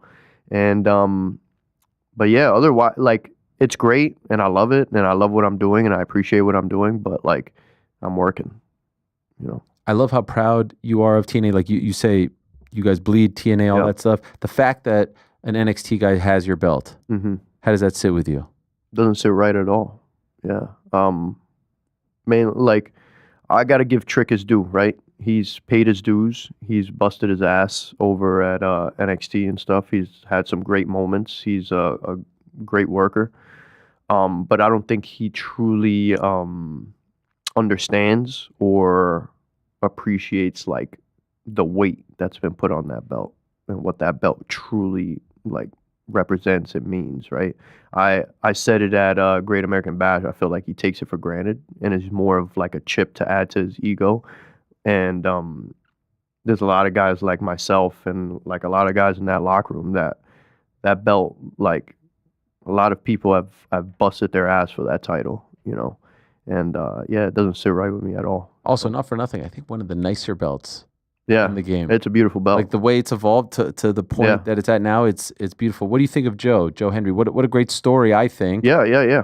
And seeing him at WrestleMania was incredible. Royal Rumble. Is there any part of you that's like, I want that? I want the WrestleMania spot. Why is it always him? Of course, I don't ever look at it as why not me. Everything happens when it's meant to, and I know that I'm on the path and I'm putting in the work to get to that point. I respect Joe. I respect how he's represented the brand, how the work that he's done. But for me personally, like, I'm a worker's worker, man. Like, I didn't have a catchy song to get popular. I didn't have a big machine behind me to get popular. I got popular by what I do in that ring. And I feel like my rise and where I'm at today is really grassroots and from the mud, you know what I mean? And I think people see that authenticity that I bring, you know, and that's what separates me from anybody. Are you a boxing fan? Somewhat.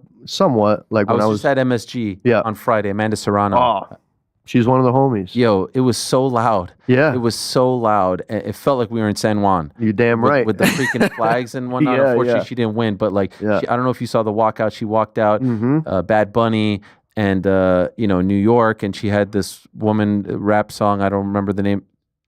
What is it again? Evie Queen? Tina Tasha. Oh, okay. Yeah. Okay. Come out, walk. My ears were ringing. And so I wonder what the pop is going to be like on Sunday. Listen, we're loud and proud for a reason. Are there going to be a lot of Boricuas there?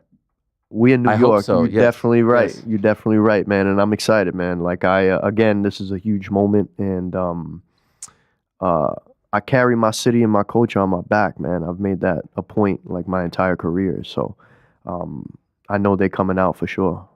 What an incredible story. Thank you so much for coming in, Thank you for having me. I really appreciate it. And sorry for making you cry, but thank you for wearing your heart on your sleeve. Yeah. It makes us emotionally invested in you and wanting to root for you. So I wish you nothing but the best. Much love and respect to you, and good luck on Sunday. It's Slammiversary. They're calling it the biggest show in TNA history. They've just, I think, released more tickets, right? Yeah. They opened up more sections, more tickets. It's going to be the biggest show in TNA. Love it. We'll be watching. There it is, Joe Hendry versus Trick Williams, the current TNA champ versus the pride of New York and Puerto Rico, Mike Santana. We'll take a quick break, and we'll be back with Manny Pacquiao. Do not go anywhere. Hell yeah. It's good to have you back, man. It's nice to Are you going home after this? Yeah, I plan on going home. Well, they told me, do you mind if I say, like, they told me you parked your car here? Nah, I ain't parked my car. Oh, you didn't? Do you have like an RV or something? Yep. And are you driving home? Yeah, I'm driving home. To Dallas? To Houston. To Houston. From here? From here. You go straight? Straight there. Do you drive it yourself? Nah, I got a driver. You got a guy. What, do you not like to fly? I don't like to fly, but it wasn't like in this scenario. It was more so like I just want to enjoy my family. Like I've been away from my daughter for mad long, so I want to be around my daughter, my girl, and just enjoy the time. And it's gonna be a fun little ride. A little road trip. Yeah. How many days does that take? 24 hours. Oh, that's not too bad. You can sleep on there, right? Yeah. It's a bed on there. Okay. And by the way, your daughter is now a superstar. Oh my God. Yo, man. Yo. How old is she? She's 3. 3, and what's her name? Leilani. Yo. She is crazy. First of all, she's incredibly cute. But she's on camera there saying that she... Wait, in case people missed it, could we show the clip? Yeah, show the clip. Okay, he wanted to win that fight really bad, so... He almost knocked you out. No, he didn't. Nah, girl, is you crazy? But, what is she watching? Nah, she seen what she saw. Yeah. She seen what she saw. Honestly, it made me want to go back to the drawing board and work on not having moments like that. So she seen what she saw, and I appreciate her for it. Kids, they tell the truth. So Yeah. when you hear the truth, you gotta take it with salt and make sure you work on your game. So was that the first time that she's been in attendance? Nah, that's a second. I want to say, like a second or third. Why do you want her there? Why do you bring her there? Some people would want like, oh, the family. I want the family not there. I want them to be away. I don't want to mix the two. Why is it important for you? I'm confident in myself. I don't see no negative things happening. Like, I don't think in that type of manner. But I also want her to see like her father, what he's doing, like what I'm doing in the world. I want her to have big dreams and dream big. Like, that's the main thing. Just dream big. And I want her to see that I chase my dreams and look where I'm at and look what I'm doing. And she's seen the grind. She comes to the gym. She get to see the whole process. So for later on, I just want her to have that same type of mindset and know that she can do anything that's possible in this world. Do you know where she's sitting when you're fighting? Nah, I didn't know where she was sitting, but I kind of, I feel like I was hearing her. Really? Yeah, like I feel like I heard her voice. Just having her presence there, that has to give you a little extra, right? Yes, for sure. Especially in that fight. That fight was like a gridiron, go get it core, like one of them moments to where it's like the world didn't know that I can dig deep, and I kind of dug deep. So, okay, 48 hours later, how do you feel about the performance? I give it a B-. Okay, why B-? I got hit more than I wanted to, but I put on a performance that the fans like, and I fought for the fans. I did what the fans wanted, and a lot of people ain't expect that, because I've been telling y'all all week that I'm gonna fight for myself. And, Yeah. I kind of went against what I. Yeah, here are some of the highlights right here. So when you say that you got hit more than you wanted to, did you, like, was that avoidable and you wanted to get into a war just to show people that you can and survive, or was he just maybe a little bit better or tougher than you thought? Nah, he was tough, but still at the same time. All right, back on the program. That was Shakur Stevenson. What about Mike Santana? Here is ultimately what I hope with these conversations. There's nothing that I love more, as I've said many a times, than interviewing people. And I'm a fan of sports. I'm a fan of human beings. I'm a fan of interviewing. And obviously, I'm a fan of combat sports. And I get maybe that sometimes, if you're an MMA fan, you may not know. But trust me. That's all I'll say is trust me. And hopefully, at the very least, you realize why we want these people on the show, why we want to talk to these people, why we want to introduce you to these people. Because regardless of if you're a fan of their line of work or not, how could you not at least be captivated and want to watch and root for that man, for everything that he's overcome and been through? That's how I feel, and that's how I consume media. Sometimes you're like, oh, I know this person, I'm in. Sometimes like, oh, I'm going to trust this outlet or interviewer or show that they know what I want, and this will be good. This will be worth my time. And more often than not, with my favorite shows, it is. And so I take so much pride in being able to, first of all, have these people in studio. So thank you to TNA, thank you to PFL for bringing them in. And I take so much pride in trying to get you to learn more about them and being as diverse of a show as possible. Like, this week has been amazing, from the boxing interviews to the MMA stuff to the wrestling stuff. Bare Knuckle on the DAZN show yesterday with Dave Feldman. That's what fulfills me. That really is what makes me exciting. I don't want us to be a singular focused show. And we'll give everything its due. And we know that ultimately the anchor is MMA around here. At least that's how I feel. But if you're a fan of people and fighters, personalities, it doesn't really matter at the end of the day. All right, in a few minutes' time, we're going to be joined by our next guest, but we do have some time to answer some more questions. So shall we go back to On the Nose? This is from, and we have some, some time to make up, because last 2 weeks we didn't have On the Nose. So I'm trying to give back. Slangin' and Banging says, Salut Ariel et les amis. I'm going through a lot right now, and I just want to say that I greatly love and appreciate each and every one of you. Quick question: how might one be led to navigate their sense of identity when they weren't brought up in childhood with proper direction or instruction and basically have been through a whole lot mentally and physically? When and where did you figure out who you were and what you believed in, and how does one navigate that as they grow and change through it? Merci beaucoup. Je vous aime tous. I love you all. Man, that is definitely a complex and deep one. I would say to try your best to surround yourself with people who inspire you, with people who make you feel good about yourself, people who make you feel loved and appreciated. I would say to try and determine what makes you happy, what makes you feel a certain way, what makes you excited, what makes you smile. I've always said, like, when I wake up and I know, like, man, I'm going to have this dude, Mike Santana, in studio today, this young upstart, Thad Gene. I'm going to get to talk to Manny Pacquiao, Joe Parker, Tszyu. Like, that I was excited to come to work today.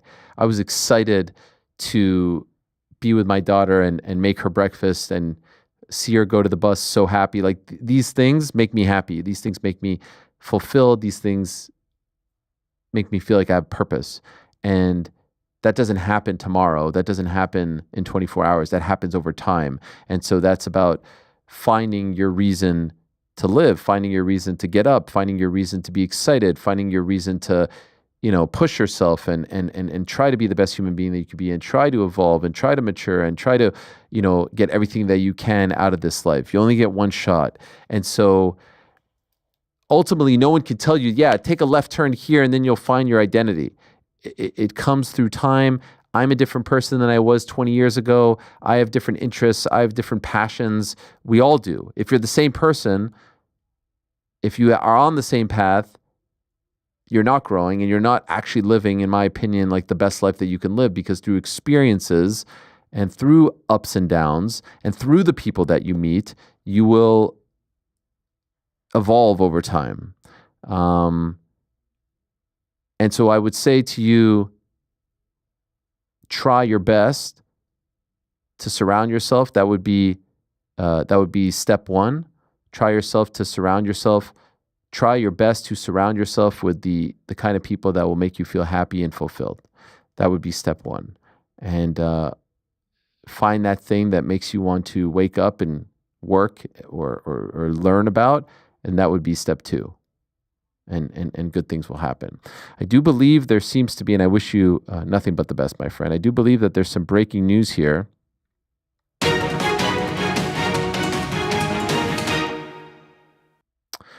This is courtesy of our good friends over at Misfits Boxing. How about this, guys? What do you think of this? Misfits Boxing 22 on August 30th. At the AO Arena in Manchester is going to be headlined by Darren Till versus Luke Rockhold. Co-main event, Tony Ferguson versus Salt Poppy. Nah, say you're kidding. Wow. Say that's not for real. Say Rick's broken heart. Who does he cheer for here? El Kukui or his Ring guy, of Thrones. This can't be real. The MFB Bridgerweight title and the MFB Interim Middleweight title. Tony fighting for another interim title.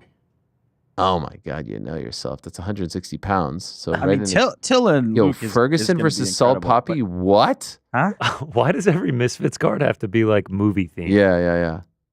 I actually saw a video of Luke Rockhold very recently. He had bleached blonde hair.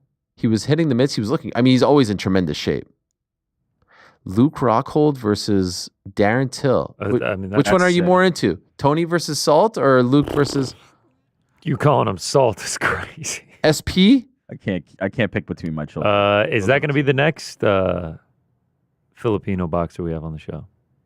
Salt Poppy, we've had him on before. I'm curious. We're about to have Manny Pacquiao. No, I know. Yes. Yeah. Fascinating. 3 out of the 4 names are MMA guys. Is Misfits going down the MMA boxing path? Yeah. Hill versus Rockhold is a fascinating one too. Also, that's only in like 6 weeks. Yeah, August 30th. I'm looking forward to it. AO Arena, Manchester. Circle it. Going? The Zone? Yeah, there it is. No, I can't. I can't make it. Return to Manchester. Would be nice. We're on the outs. Misfits Boxing 22. How about that? Who's the favorite in the main? Like I know you got to think Till. Got to right? be Darren Till. Who's the favorite in the co-main? Probably Salt Pop. Probably Salt Poppy. What the hell? What the hell? What happens if Tony Ferguson gets knocked out by Salt Poppy? Nothing. I mean, he just does another fight. Poppy's striking not that bad, by the way. It's not that bad. I'm just saying. What was Salt Poppy doing in 2020 when Tony Ferguson was at his peak? Oh my God. I think he was doing those videos where he was going like this. No, he was doing the Running Man videos. Yeah, the running one. Rick, what was the one with the salt where he was like? Yeah, well, that was his thing. He started with the running, then he turned it into salt, and then he started doing the sprinkle like the Salt Bay. It was a time. Now he's fighting Tony freaking Ferguson. He's fighting Tony Ferguson. I wonder how many rounds. Doesn't say. That's something. Madness. Ring of Thrones. Can't wait. I had heard that there was some talk of trying to get Dylan on there, but who knows? Who'd he fight? You? GC? I'm down. Would you do it? If we got to go to Manchester, for sure. Would you do a Misfits? They would sign you up in a second. Yeah, sign me up in a second. I don't think Dylan Dennis would fight me, though. No. Like, would you do, like, you know, how Wade did it? Like, would you do a fight? Oh, like a 4-rounder? Yeah. The money's right. If the money's right, ma'ams, get on the phone. Yo, we'd all corner you. It would be myself, Rick, Frank holding the bucket, luchador mask. Could you imagine the vibes? And then I get iced. The problem is, I feel like you wouldn't be able to work on the show. I wouldn't be able to work on the show, and then I get iced by someone named like HS Tiki Taki, and then I can never. Nah. Bro, you're not ready for HS Tiki Taki. Let's slow the roll. That's actually true. I'm not ready for HS Tiki Taki. Let's start lower. If the card is in Manchester, I could just pull up at the Aspinall's gym and just. Oh my God! Could you? By the way, there is no doubt in my mind, literally zero doubt. Tom Aspinall would corner you. Could you imagine Tom and Andy in the corner? Could you imagine I take a 8-week hiatus from the show? I do it remotely over in Mank. I think it'd be worth it. Yo, something. That'd be something. You do the show from the podcast studio at the gym. That's what I'm saying. Yeah. We need the right opponent and the right offer. I'm thinking like 5'7", 125-pound opponent. Look, as Connor's representation in this whole thing, we're open for conversation. We're open for negotiations. He's going to need at least a 40-pound weight advantage. Oh, yeah. Some more breaking news at the UFC 318. Yeah, thank you. You look so amused. No, why? No, that was important. For the UFC, at the UFC 318 Media Day, Dustin Poirier confirming what he had thrown out on this here program. Remember, he threw out the idea of Lil Wayne, New Orleans' own, walking him out, Louisiana's own. Well, he has confirmed that Lil Wayne will, in fact, walk him to the octagon, but he is saying he isn't ditching the James Brown. Pay the cost to be the boss. Do. Pay the cost to be the boss. Now, do you think that A, Lil Wayne is going to sing that song, or do you think that B, Lil Wayne is going to sing the Shine Bright Like a Diamond? I can imagine Lil Wayne's not going to sing either of those. It's going to be some sort of remix. I imagine it's going to... like a diamond. Arena goes black. The screens light up like spinning diamonds. That comes on. Shine bright like a diamond. But the guy singing it version.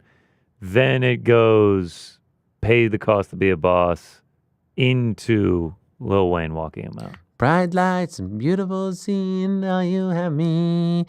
You and I are like diamonds in the sky. Well, that's going to be a scene, man. It's going to be so emotional. I'm already getting emotional. Did you guys see the face-off yesterday? This was, I believe, across the street from the world-famous Café du Monde. I don't know if I ever told you guys this, but I once shared a beignet with Mike Breen there. Oh, no. You actually didn't tell us that. Jackson Square, here we are. Now, you know what my big takeaway in all of this was? Sweet shirt from Dustin. No, Max is way bigger. He's also wearing a T-shirt of his wife. Shout out. Respect that. Max looks way bigger than Dustin, right? Way bigger. Significantly. What is going on here? My pick. The camera angle. Also, that watch on his wrist is gigantic, too. He's beefed up, man. He is officially a lightweight. Yeah, he's a full-time 155. Bro, he looks like a welterweight. Yep. He looks like a bridgerweight. On the embedded, Dustin Poirier said, quote, "Crazy to think Max was a featherweight. He's solid, bro. He's tall. His shoulders are slim, but he's thick. His bones, his wrists, his legs are thick." And that was THICK. Not double C. You know? That means Just he good really clarification means there. Yeah. That means he really means it. I will say this every time that I was like, I want to see Dustin versus Colby, and Dustin would always say, I'm not big enough for welterweight. This gives some credence. He is definitely not big enough. Well, remember when they fought in 2019, the whole thing was Max didn't have enough time to get big? Yeah, he wasn't a proper lightweight. Yeah. He got enough time. Yeah. He's big. And I've seen him do some interviews like, please take me out of the rankings, of the featherweight rankings. Please. I am not a featherweight. Take him out of the featherweight He has rankings. been removed. He has been officially removed. He is removed. Love I was looking at it yesterday, updated some graphics, and I can say he is not a featherweight. That's good. I like that. That's important. What's the point? There it is. Updated. Movsar.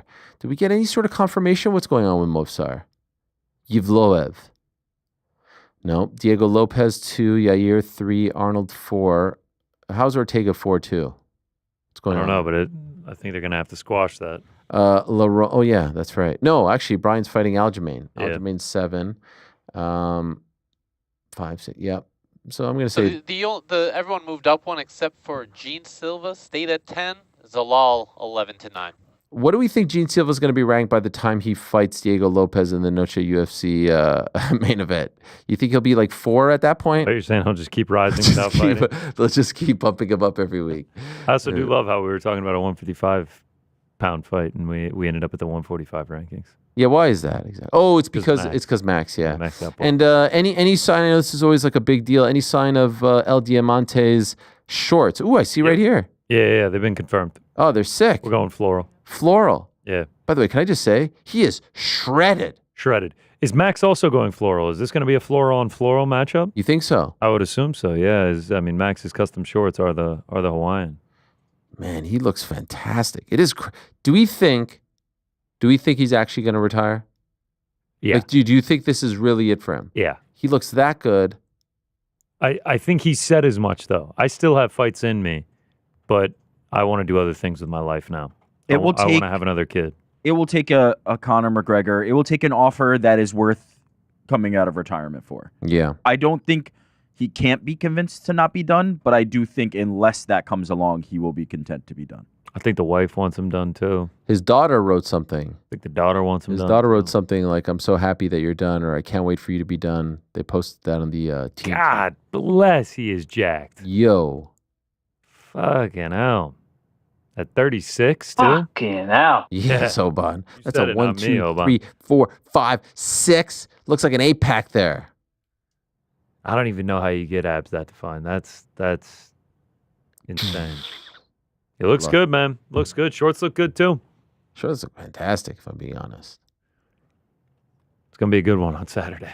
Some other breaking news, guys. Wow, keep it coming. This courtesy of our good friend, the Brazilian beast, Guilherme Cruz. Did you guys see October 25th, Abu Dhabi? A very important heavyweight fight. Dare I say, number 1 contender fight in the heavyweight division. Alexander Volkov versus Jalton Almeida. Okay. So this to me says, you right there, Rick? A little bit of a yawn. Yeah, it's been busy, all right? What is Don't need the We comment. don't care. Leave it alone. This to me feels like a number 1 contender fight and a potential like backup.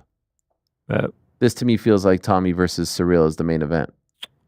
Tommy Surreal main event. Yeah, I like this as a backup. Got to see what happens with Waldo Cortez Acosta and Stop it. No, what? Bro, you ain't been paying attention to the heavyweight division. Waldo Cortez Acosta is 6th, and he's fighting the number 3 contender, Sergey Pavlovich, in Shanghai next month. I understand, but come on, man, get caught up. I know, but that fight is not going to produce the next guy. Well, look, Cortez Acosta is one away from a title shot. Could you believe? Salsa Boy is this close to ruining the heavyweight division. Oh, my God. No way. What do you mean ruining? Salsa Boy, Tom Aspinall's out cold. So you do Tom. Yep. You do Tom and Cyril. Then you do Alex and Magomed in Vegas, first week of October. And then Islam and JDM in New York City. What do you say? Bam. Right? Sounds like we got the fall schedule done and dusted. I don't mind that. That's a nice little 3-puck. It's a great one. Did you see the video of Alex Pereira weighing in? He's like 240-something. I'll send it to your phone. All right, I'm sending it right now. Hey, Rick, you're down over there. Can you chill out? Nah, he's working hard. Busy. Working hard, man. Stop it. Not right now. The head's always on. I know. Wait, I know. his phone is sideways. Hey, Rick, man, you want to go get some money? Not now. The eyes, man. That's what we're going to start calling it. Well, the eyes. Look at the fingers. And his mic's not on right now, but he's definitely whispering the message out to himself.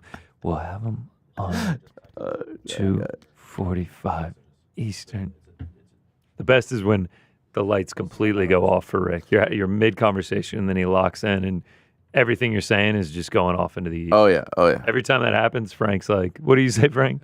And then I found $20. And then Rick's like, wait, what? You found $20? Frank's like, I'll just go fuck myself.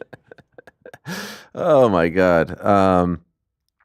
Still to come, Tszyu, the pride of Australia, returning to action. Still to come, Manny Pacquiao, the pride of the Philippines. But guys, we have a very, very, very important interview happening in the next few seconds, okay? This one is near and dear to my heart because I know I'm setting it up. In the next few seconds, very, very near and dear to my heart because this man has stolen my heart. This man has stolen my heart. I have no problem being unbiased when it comes to this man. Because sometimes when you see the way the sausage is made in combat sports, you're disgusted. Sometimes you see the way the sausage is made and you recognize that there are certain things that just aren't right. Something's rotten. And what's happening right now in the heavyweight division in boxing, which by the way is enjoying a renaissance, it hasn't been this interesting in quite some time. At the very top, it is rotten. Now, I am not here to poo-poo this Saturday's event. It's a big show. It's Wembley Stadium. It's undisputed. It's Usyk Dubois. How many fights does he have left? I get it. It's big. I'll be watching. I can't wait. Good luck to everyone working on the show.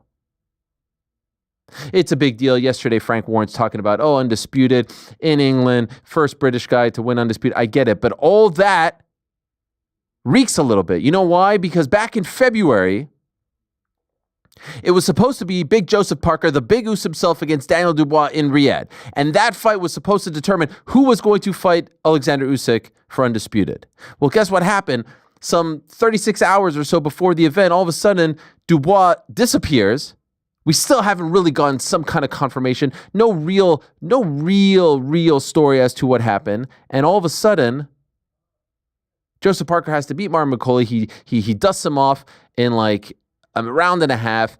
And you think, all right, they're going to right the wrong. They're either going to run it back with Dubois or he's going to fight Usyk. And to all the idiots out there that will say, Usyk's Dubois is the IBF champion. Of course he should fight Usyk. Why? He didn't show up. He didn't make the walk. There were two options. You either have to run it back with Parker or Parker fights for the belt, in my opinion. Undisputed, WBO interim champion, uncrowned champion, whatever it is, give him that chance. He didn't get that chance. Dubois did back in 2023 in Poland. Nevertheless, it didn't happen that way. So you would think that he would be in the co-main event on Saturday. You would think that he already have a fight booked. Maybe he has a big fight booked in, in August. There's a heavyweight showdown over in Riyadh. Dillian White, Moses Atama, none of them are fighting him. And so I think this is a travesty. I think what has happened here is troublesome. It is disappointing. And so I wanted to have the Big Goose himself, Joseph Parker, just a few days before that heavyweight showdown to explain to us all, what in the hell is going on, Big Goose? Why aren't you fighting this weekend? Why aren't you fighting for undisputed? Why aren't you fighting Usyk? Why aren't you fighting anyone? What is happening here, my friend? You tell me what's happening. What is happening? I would love the opportunity to fight anyone and everyone, right? We're here in England, and we're here to watch the fight against Usyk and Dubois. But I feel like I should be next. I should be the one to get the shot of who wins this fight in the weekend.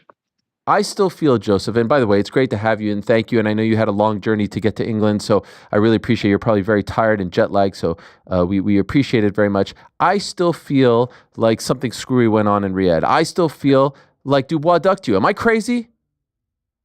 No, you're not crazy. I think you're just you're spitting facts, really. I mean, Dubois, he did get sick before the fight, and now he's got the chance to fight for the championship of the world, the undisputed unified championship of the world. But I feel like he needed to fight me first. I think that they wanted to do this fight at Wembley, and hey, you got the Brit fighting for the belt. Okay, it makes all the sense of the world. Have him. Let's protect him. Let's not go up against the freight train that is Big Joseph Parker. Let's not risk it. We've got Wembley. Let's duck him out, and we'll save him for that. When you decided to stay on the card and fight Martin Bakole, did they tell you, all right, you take this fight, you beat this guy, X, Y, and Z is going to happen to you? You'll be next here. You'll be fighting this guy. You'll be fighting on this date? Listen, when we, as a team, right, when we take a fight, we're the last ones to know what's going to be next. We've been staying ready, and we have been ready for whatever fights to come. After the Martin Bakole fight, George and I, back in New Zealand, we've been working away, just working away, staying patient, actually just staying ready. And if they did give us Dubois or Usyk, we'll take it in a heartbeat, because we're ready for any challenge, and we're ready for anyone. I've seen the footage of you back home. You look to be in phenomenal shape. You're chiseled. You look like you're fit to fight this weekend.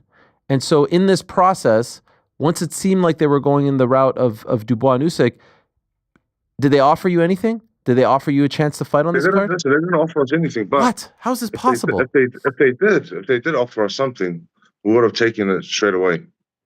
Like you have seen clips where George and I are training in New Zealand. We're training away. George is cooking all my meals, and just enjoying it. I'm just enjoying the work that I'm doing, right? But staying ready, because as soon as the opportunity comes, I'm taking it with both hands.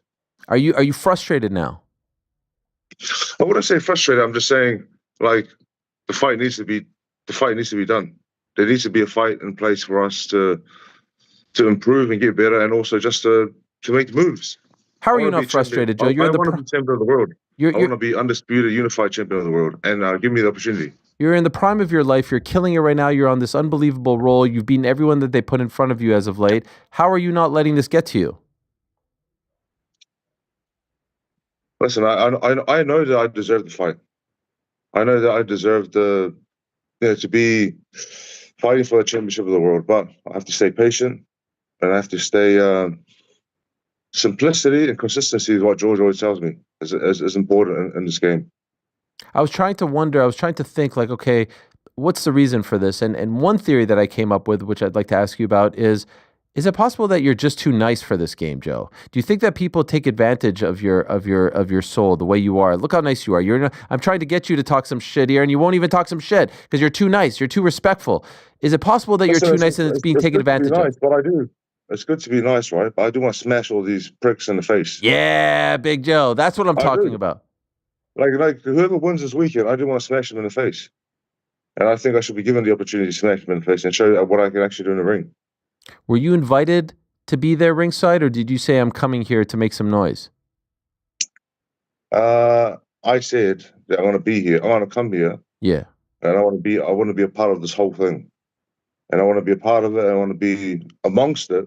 And also, I want to feel like, listen, we've been training in New Zealand, but it's nice to be here and to be, to get the buzz, the buzz of being here on fight week. And whoever wins, I want to be fighting the winner. Have they told you? Has anyone told you? Have you made any sort of demand for them to say to you, You are next. You are fighting the winner of this fight. They haven't told me crap. They haven't told me crap. They didn't tell me anything. How is this possible? All we have to do is stay ready and be ready. Yeah. Which we are. But they haven't told us crap. Is the best case scenario Usyk wins? Because if Dubois wins, Frank Warren told us yesterday there's a rematch clause. So if Usyk wins, rematch clause if Usyk wins. If Usyk wins, if Dubois wins, but I'm saying, whoever wins, give me the winner. Yeah, I'd love to fight the winner, challenge myself, and also give myself the opportunity to be undisputed unified champion of the world. They didn't offer you a fight on this card? No, they didn't offer me crap. And you don't feel slighted by this? You don't feel disrespected? I feel slighted on your behalf. Listen, I can feel that way. And of course I want to fight. As a fighter, all you want to do is fight. But just about staying patient. You have to stay patient. At some point, the patience runs out, right? At some point, you say enough is enough. Yeah. So sometimes the patience runs out and you just have to smash the promoters in the face. Yeah. Who's getting smashed? Who do you want to smash in the face? Everyone and anyone. Everybody. Can I ask, okay, maybe not on this card, but did they try to get you on another card recently? Did any names get brought to your attention? What about this Dave Allen? He said that your name was brought up. With all due respect to him, I mean, I feel like that would be a bit of a step back for you, no?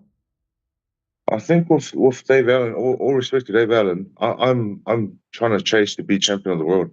I'm not trying to chase just any fight and every fight. I want to be champion of the world, and I think we need to take those fights that can get us closer to that goal.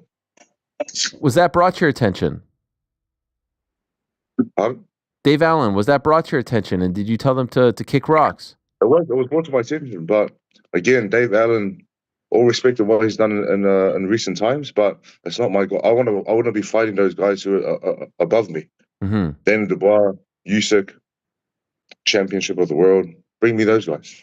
Yeah, the only one, if you couldn't fight for the championship, if these guys are tied up and there's a rematch, blah, blah, blah, the only one I thought is like, all right, let's just do the AJ fight. Rematch, high profile. Why is AJ not ready? Like, I mean, I know he had some sort of surgery, but bring on AJ. Bring on everyone. Has that been mentioned? Has that been brought up? No. Again. What is this? Again, we're in New Zealand waiting for any fight and every fight. But it's just been so long. That fight against Bakoli was 5 months ago. Everyone else is fighting again. I know, it's crazy. It's crazy, but we do need to lock in a fight as soon as we can.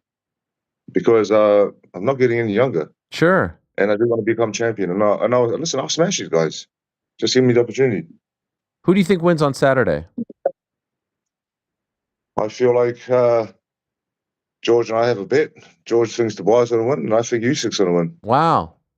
And it means George is going to massage my feet after because I feel like I know what's going to happen. I feel like Usyk's going to win. George is never wrong, but this time he is going to be. By the way, I remember him picking Dubois to beat Joshua when no one else was really doing that back in September. Yeah. Why do you think George is sometimes he is right. Sometimes he is right, but this time when he's wrong, I'm going to have a nice 1 hour long foot massage from George. Ah, that's lovely. That sounds amazing. Very lucky. There's been this narrative that Dubois is a changed guy, and I think that's accurate. Do you think the fight is closer than their first fight, or do you think it's Usyk shows the levels? I feel like with Daniel, it's all in his mind, really. I think he has to get past that. There's like a hurdle in his mind, and he has to get past it. And I feel like if he can improve big time. But it's all up to him, really. It's all. I think it's mental. Like physically, he's already there. But it's all mental for Daniel Dubois. There's this show in August, I think August 16th, where Dillian White is fighting Moses Italma, and I thought maybe you'd get on that card as well. But now it seems like it's filled. I want to get on any card. Jeez Louise. I want to get on any card. I want to get on every card. Dillian White's fighting Moses Italma because he got offered a big payday. And Dillian White's, listen, he took the biggest payday there was for him. He probably won't win that fight. You don't But think so? again, You don't think I don't you think so. Moses beats him handedly? I think so. I think Moses does beat him. Wow. Moses is young, fast, hungry, and also very, very, very talented. Your promoter now is it Frank in Queensbury? Frank Warren, yeah. Frank Warren in Queensbury. Are you sitting down with him this week? Are you meeting with him? Yeah. When's that? We're going to meet with him after this fight this weekend, and we need to put things in place. Do you need me there?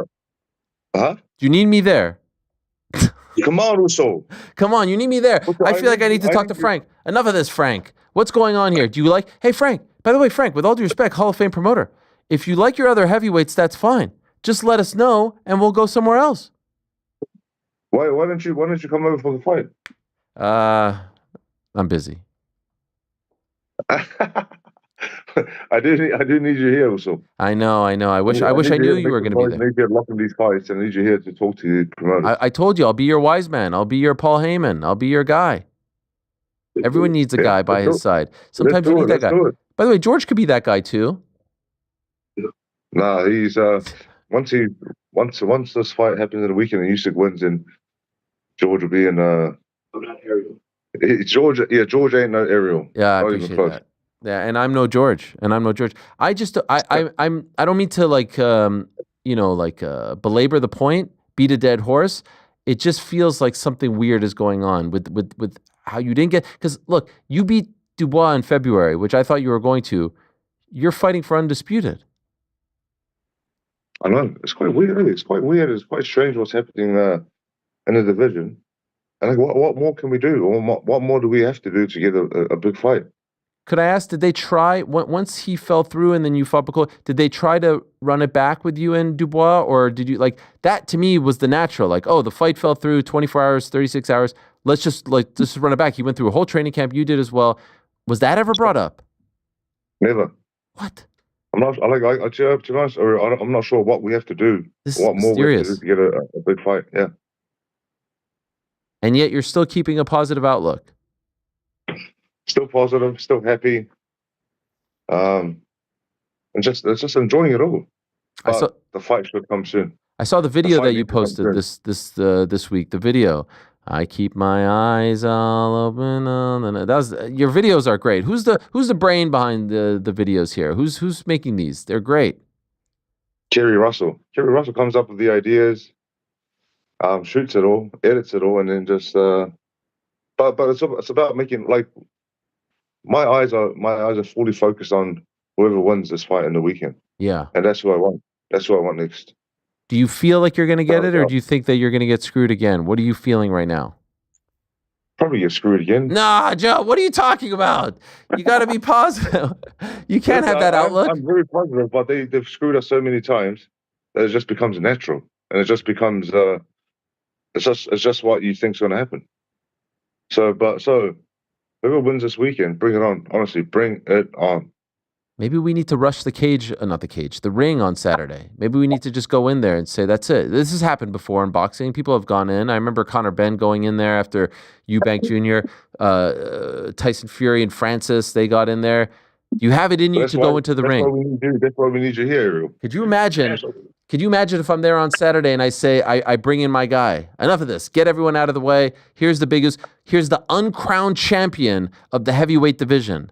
Here's the most feared man in the division, the one no one wants to fight. Dubois yourself, Dynamite Dubois. You weren't Dynamite Dubois. You were like a little firecracker in his presence. You ran home. So that means I'll see you what time? 7 o'clock? Yeah, I'll be there. I'll be there. You think they'll let me in the building? Yeah. I'm sort of a persona non grata these days, Joseph. Yeah. They can't take the heat. They can't take my realness. They can't take the realness because it's true. Yeah. Realness is realness. They didn't like my tweet yesterday. No? I said it was a travesty what's being done to you. Well, listen. Hey, George, what's happening to our guy, George? Tell us what's happening. He's too nice. Tell us what's happening. What's going on here? This is a travesty. Tell me something.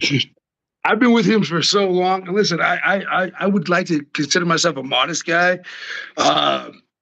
You have a guy that was supposed to allow him to fight for a world title.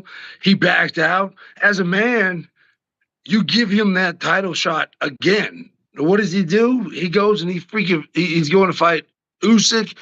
Yeah, that's great. I mean, he's looking after himself, but it's like, why? He knows that Joe's going to smoke him. Like, he knows Joe destroyed the boogeyman. He destroyed freaking Wilder. He destroyed Zhang. He's beating everybody.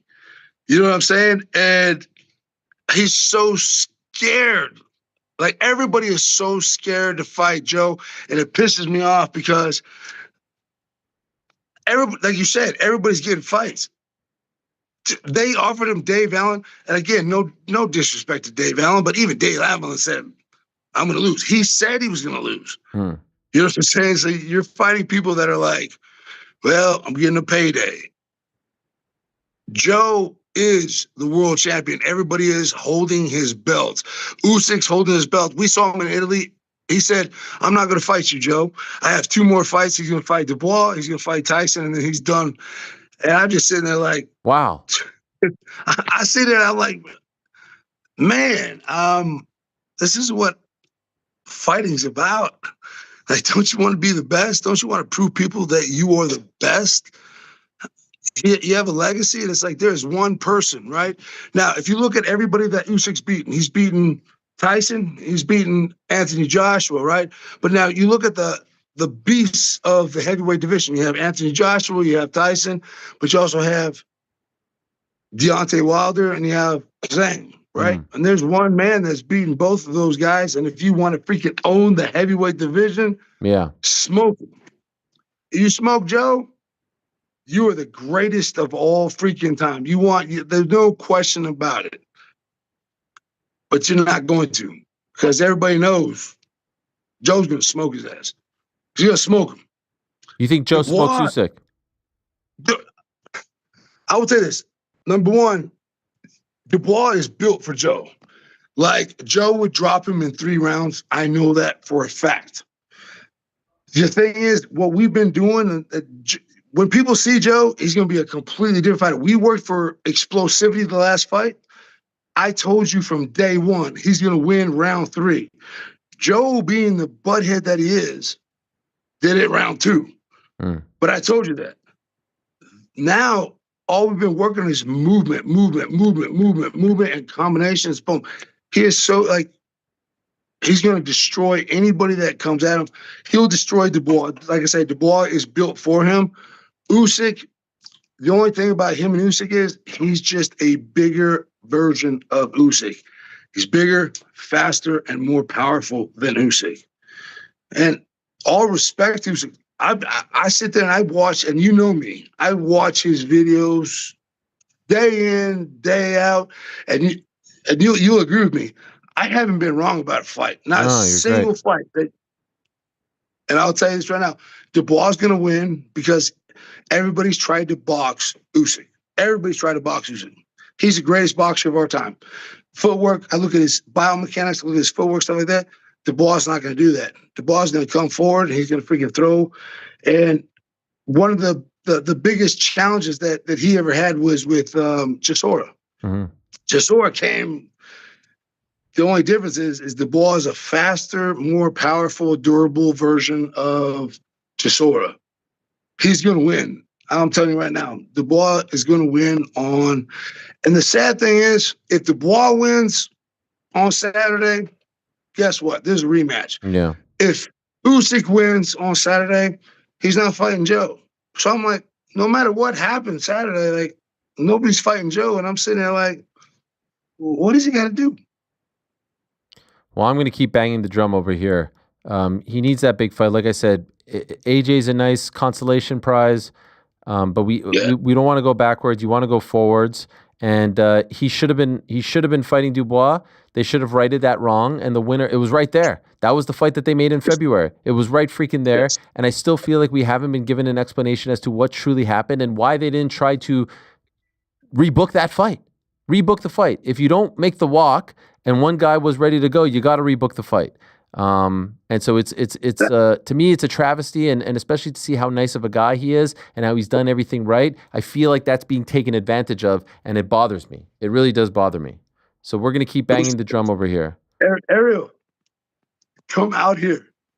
Come raid the ring with us. Oh my God, you guys got to do it. Raid the damn ring. No, it ain't gonna be the same without you. You gotta come here. You come here. We will raid. I guarantee you, we will do that. Yeah. Well, I appreciate it. I'll keep banging the drum. Thank you so much, bro. You're the man. You're the man, George. You're the man, Joe. Big Oos. Don't lose the faith. And don't let them take advantage of you. And when you talk to Frank next week, just put me on speaker and I'll tell him what's what, all right? Let's go. Let's go. Thank Come you on. so. Don't lose the faith. Don't lose the faith. Uncrowned champion, the pride of New Zealand, the pride of Samoa, the one and only Joseph Parker. Yeah, he'll have his time. I believe in him. We all believe in him. He'll have his time. The interim champion in the WBO, former WBO heavyweight champion with 2 defenses. He'll have his time. Have no fear. If I'm him, I want Usyk to win so that he can move on. If Dubois wins, they're going to run it back. And then that'll probably be it for Usyk. Maybe he gets one more in there against Tyson. But really, what do you want to see at this point? You want to see Tyson versus Usyk 3, or you want to see Parker versus Usyk, a fresh matchup? I want to see Parker. He's a great guy. And I met him. A couple of seconds, we're going to be joined by the great Manny Pacquiao. What a legend he is. I mean, it's an unbelievable story. He's coming back at 46. He hasn't fought in a pro bout in 4 years. 12 world titles in 18 different weight classes. The only 8-division champion in boxing history. Amanda Serrano 7. 4 lineal championships in 4 different weight classes. Won his first world title at 19 years old in 98. He's attempting to become the world champion once again 27 years after his first world title. His 30th world title bout, I might add. If he wins, he'll be successful in world title bouts in the 90s, double zeros, 10s, and 20s. And should he win, he'll become the oldest fighter behind Bernard Hopkins to win a world championship and will join Hopkins and Foreman as the only fighters to win world titles at the age of 46. He'll also be the first man to win a world title after being inducted into the Boxing Hall of Fame. He's the one and only. He's the living legend. He's the pride of the Philippines. The great Manny Pacquiao is here. Is he there? Manny, how are you? Good. Thank you. It's nice to see you, my friend. It's great to have you here. You know, the last time I spoke to you, I only spoke to you once before. It was 16 years ago. 16 years ago. You know when was the last time we spoke? It was at Yankee Stadium. Do you remember this? You probably don't remember this because you had a million different interviews over the years, but I spoke to you at Yankee Stadium prior to the Miguel Cotto fight. Oh, that was a long time ago. Yes, here it is. Take a listen. Myself in times of trouble, Mother Mary come to me, speaking word of wisdom, let it be. Look at that, beautiful. You sang for me. That's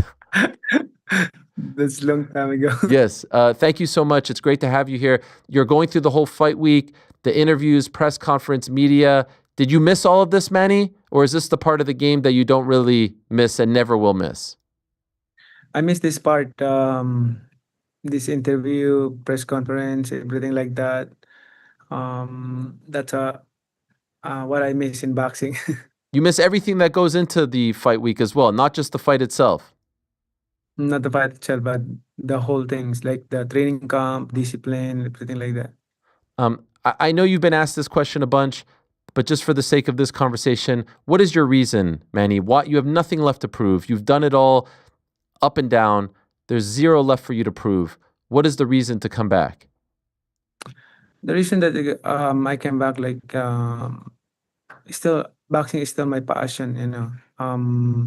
I still have that ability to get a belt and win the world title fight. And so when you say boxing is still your passion, when you walked away after the Ugas fight, did you lose that passion? No. I just have to tell you frankly, the August fight, I was distracted. There's so many distraction before the fight. You know, there's a lot of cases and filed against me. Okay. And how did you eliminate those distractions? God is good all the time. Yes, He looked after you. Yes, give me favor and always protecting me. When did you decide? How long ago did you decide that you would come back? When did this comeback start? Oh, since before, after 2 years, when I announced my retirement, like, you know, I really miss boxing. I really miss those days that, doing training camp, promoting the fight, everything like that. But my course, I'm consulting my family, my wife, and it just happened that my wife, oh yeah, you can fight. Is that ability? She gave you her blessing. Yes. Is it true that you asked her specifically about Barrios and she said, yes, it's okay, you can fight Barrios, the champ? Yes. Were you surprised that she said yes? Yes, he said, yeah, you can fight him. And you. And I tell her, like, are you sure about that? Yes, okay. And then you went for it. Yes. As you probably know, when the WBC ranked you, there were some people who said, well, you've been out of competition for so long, you shouldn't be ranked, you shouldn't be getting a title fight in your return fight. What is your response to those critics? Critics is always there. Critics is part of my career. Even when I started boxing. Do you understand where they're coming from, or do you think because of everything you've done in your career that you should be given this opportunity? I understand that all critics, I always inspired of the quote of Winston Churchill said, "You will never reach your destination if you stop and throw stone at every dog that barks." Okay. Who taught you that line? That's a great line. That's Winston Churchill. Amazing. You read it somewhere. Yeah, you will never reach your destination if you stop and throw stone at every dog that barks. I like it. And so here you are fighting the great Mario Barrios. Have you been impressed with Mario? Have you watched his fights as of late? Yeah, of course. He's taller than me, and he's a champion. To become a champion is not that easy. So at least he proved something. Yeah, that he can fight. We also cover mixed martial arts here, Manny, and there was a time where we thought you might fight Conor McGregor. There was some talk of that. How close did that come to fruition, you versus Conor? Oh, there's almost make that happen at fight, but the thing is like I said, there's so many problems about his manager. Okay. Has that all been settled now? It's about finish. Okay. Is that still a fight that you're interested in, or because of all of that, are you no longer interested? I don't know. Right now, I cannot comment about that because the case is not yet finished. Okay. You did have a couple of exhibition fights in Ryzen, which they do big shows in Japan. What was your experience like with them? Oh, great experience. Like, I didn't train that much, but it's good. I mean, at least for being a retired in that time, like, doing nothing. So exhibition. It's a pretty good payday for not, you don't have to train so much and you show up and that's it, right? Yes. But there's a big difference between those kinds of fights and the one that you're having on Saturday, right? Oh, that's different. Like this fight, I work hard. I trained 2 months in wild card.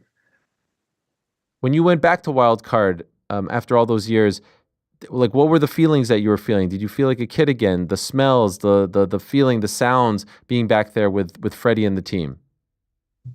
I feel excited. Like, my feelings, like, I can explain what when I start in wild card, those days.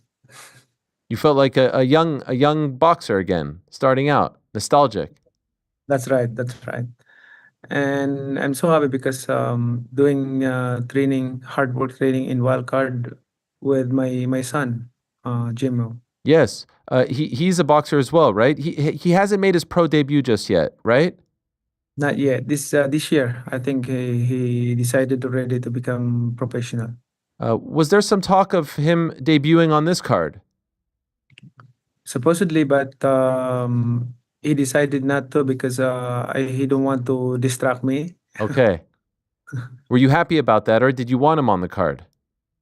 I want him to my undercard, but he decided not to distract me. He want me to focus on the fight.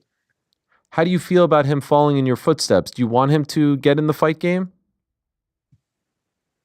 Mm, I don't want him to the real is that we don't want him to box, but he told us that his passion. So we support him, but I told him that, but do not expect that you will get what I have done, and you will accomplish what I have done in boxing, because Manny Pacquiao, it's different than compared to you. Like, I mean, I started when I was young. Yeah. So, As you know, there's the famous line from Marvin Hagler about waking up in silk pajamas. It's hard to run outside at 4 a.m. You know this line, right? And so your start, your upbringing, much different than his. You've given him a great life because of your success. Do you worry that perhaps he doesn't have that extra edge because he doesn't have to fight, scratch, claw for food, for water, for money like you did when you were a youngster? yeah, that's right. Like, compare the generation, and then our generation is like different. Like, we in our generations, we experience hardship and hard work, discipline, everything like that. A lot of trials in life. That's why we are in our generation, we are strongly easily overcome those problems in life, and especially in a difficult situation. But the thing is, this generation, like, not really strong enough to overcome all those problems, not only in boxing but also in reality in life, that they need to get themselves to be strong in terms of trials in life. When you watch him fight, is it a different kind of nerve? Like what do you feel inside when you watch your son fight? It's hard to watch. I can't watch. Yeah. After the fight, maybe I can watch. Okay, so when he makes his pro debut, you won't watch him live? I don't know. It's hard. Yeah, I understand. There has been some talk this week that Floyd Mayweather is going to be at the fight, and if you win, he'll challenge you for the belt. Is this a reality? Is this actually going to happen?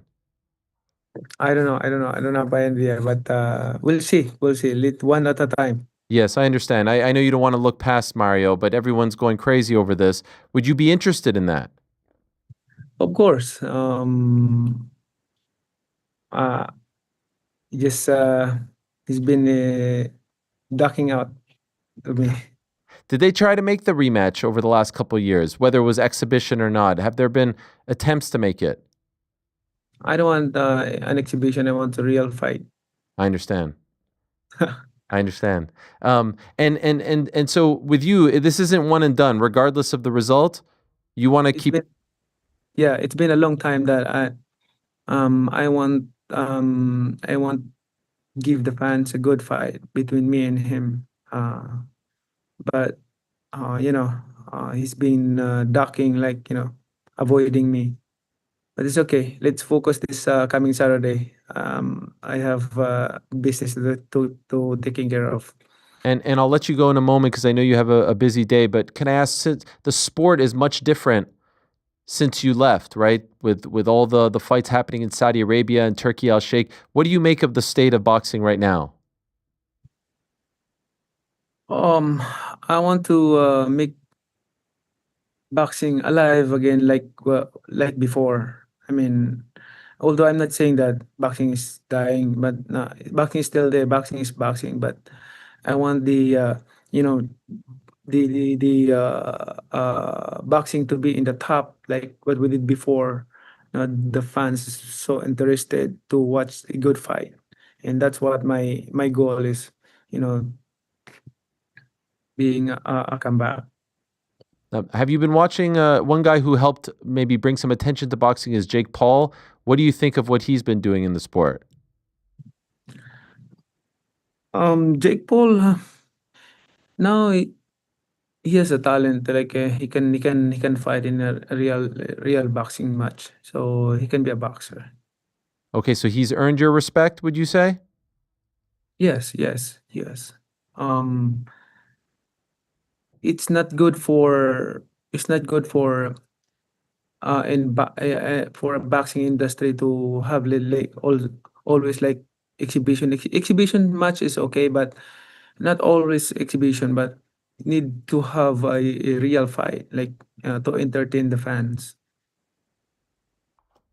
Evenly matched fight. Match fight, yes. Yes. For you, Manny, when you left, did you feel differently about the sport as opposed to now? Do you have a greater appreciation for the sport, for your career? Did the time off do good for your soul to just be away from it and now to come back, and maybe the things that were annoying to you or that were just a part of the mundane routine, now you appreciate all those finer details? Is that accurate? Yes, I really appreciate for this sport, boxing, and I'm really appreciate and thankful to all the people who support boxing, promoting boxing, to all the promoters, managers, everything like that, who handle boxers and promote big fights here in United States and all over the world. Thank you, especially Turkish Alalsik, His Excellency, for supporting boxing, and that's good for boxing industry. And Dina White is now supporting boxing also, so that's good for the image of boxing. And we always support. And I'm also thankful to Al Heyman for the support of all boxers here in United States. I really appreciate his effort and hard work. I love it. Do you think Dana White will be successful in boxing? I think so. With all his resources, he can contribute. He can contribute in boxing. That. Okay, last one. I think, Manny, if you win on Saturday, you'll be the first fighter to win a title, a real title, after being inducted into the Hall of Fame. This is an incredible thing. It's very, very rare. What do you think of that? Oh, that's my dream, like to make a record in boxing history, like and I hope that the fans will watch it, and the fans will be happy on Saturday night. Yes, one of many records that you've accomplished throughout your career. Huge honor to have you on the show, Manny. Thank you so much. Welcome back, and good luck on Saturday night. Can't wait to see you in there. Right. Thank you, and thank you to God for everything. Amen. There he is, the great Manny Pacquiao, the 8-division world champion, the Hall of Famer, and looking to make some history. It's this Saturday on Amazon Prime. It's the PBC pay-per-view card, headlined by Manny Pacquiao against Mario Barrios. In case you're unfamiliar with Mario, we had him on the show yesterday, and he's a very good fighter. He's the current WBC welterweight champion. You have Isaac Pitbull Cruz against Angel Fierro on there. Brandon Figueroa is on there as well. And then there is a nice little co-main event right over there to the left. What a freaking war these two had about a year and a half or so ago. Sebastian Fundora, the champ, going up against the pride of Australia, Tszyu, who is kind enough to join us right now. Let us say hello to the man himself right here and now. Hello, Tim. How are you? Good, thanks. Thank you for having me. It's great to have you on the program. It really is, and it's amazing to see this fight on such a big stage. Is it kind of wild? I saw a video of you and Manny together. Is it kind of wild for you to be on a Manny Pacquiao, card? You're the co-main event to the returning Manny Pacquiao. Is this kind of a surreal thing? It's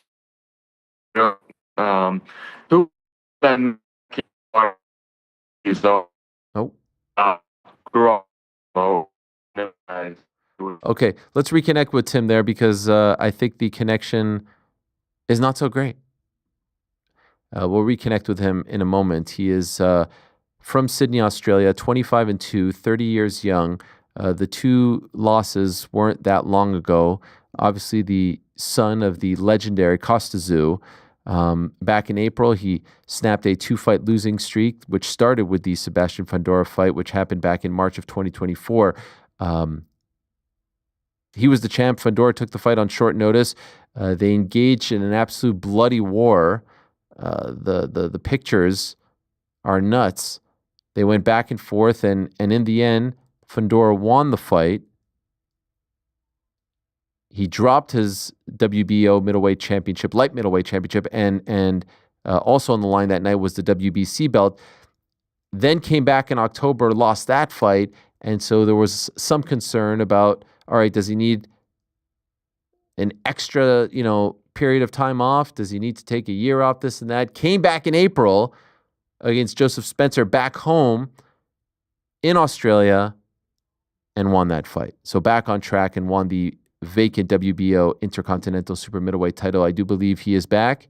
Let's see if he is there. All right, there he is. Hello, Tim. How are you?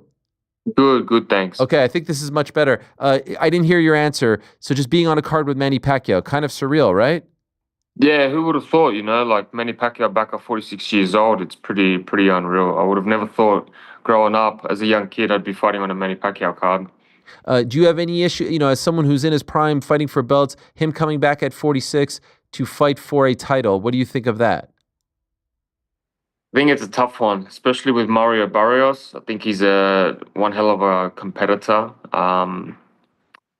Look, if anyone was going to do it, it's Manny Pacquiao. So I think, it's a tough one though. Yeah, we've doubted him a lot, so let's see if he can pull it off again. If we would have talked, Tim, back in early April, heading in to your last fight, as far as your confidence was concerned, you're coming off of 2 tough fights. What is the difference between the guy we're talking to now coming off that win as opposed to the guy who was trying to snap that 2-fight losing streak? Do you feel like a different person? Yeah, for sure. I feel like over the time you mature, you grow better with age, you feel more comfortable in there. And I'm sort of coming with the redemption on my mind rather than that comfort of being with the momentum right now. Were you doubting yourself at all going into the April fight? Never? Nah, never. I always knew what I was capable of, and there was a lot of maybe different reasons for certain things happening. But yeah, you move on, and I fight better with better energy around me. So when you put me in big situations like that, I feel like it'll only pay off. Did you make changes?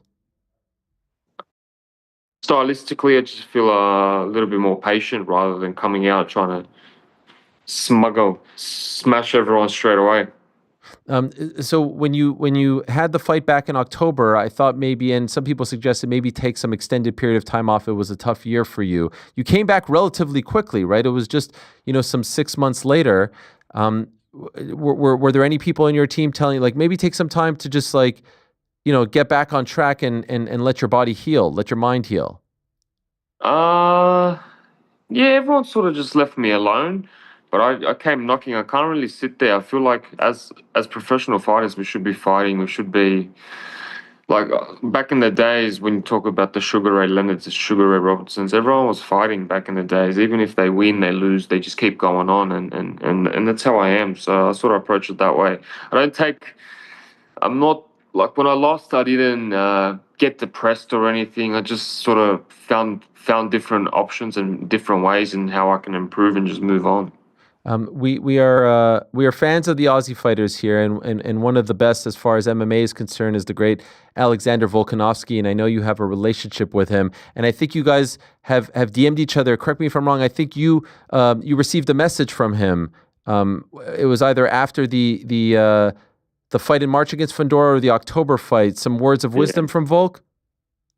Yeah, he was sort of coming from the same situation as me. A loss. And he sent me a message, and then he got the win, and then I got the win straight away. So it's sort of like our careers were sort of at a similar stage, and we both got the wins as well. So yeah, we always message each other. I always take a lot of wisdom from him. He's a true inspiration. There's not many people I look up to in world sport and combat sports right now, but I think Alex Volkanovski would be one of the top guys out there for me. Have you ever trained with him? Nah, I wouldn't want to be wrestling with him. Even the striking, just to see like the differences or anything like that. Yeah, no. I've actually sparred with Rob Whittaker before. Wow.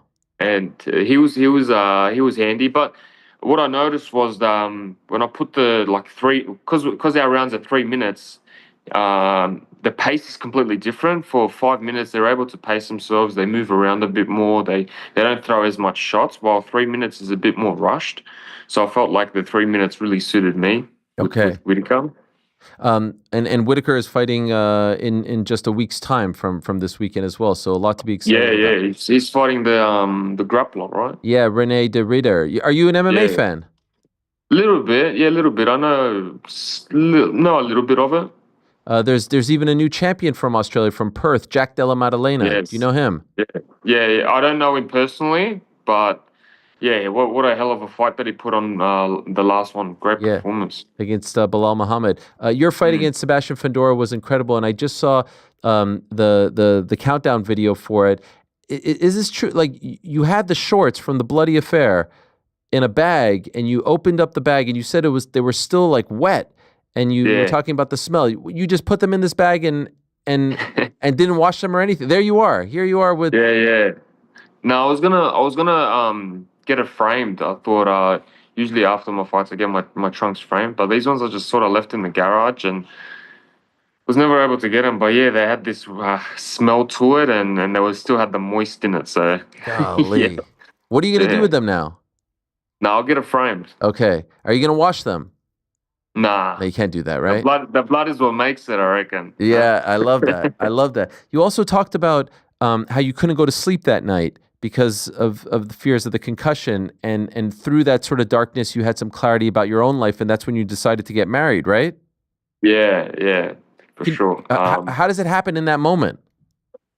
You got to find the good with the bad, you know. Sometimes in dark situations, you find sometimes the best situations, you know. So it was the best thing that's ever happened to me. When you look at these pictures, people like talk about this fight, war, incredible, bloody affair, but obviously to you it represents like a tough night, right? Do you take pride in any of this, or is it hard to look at?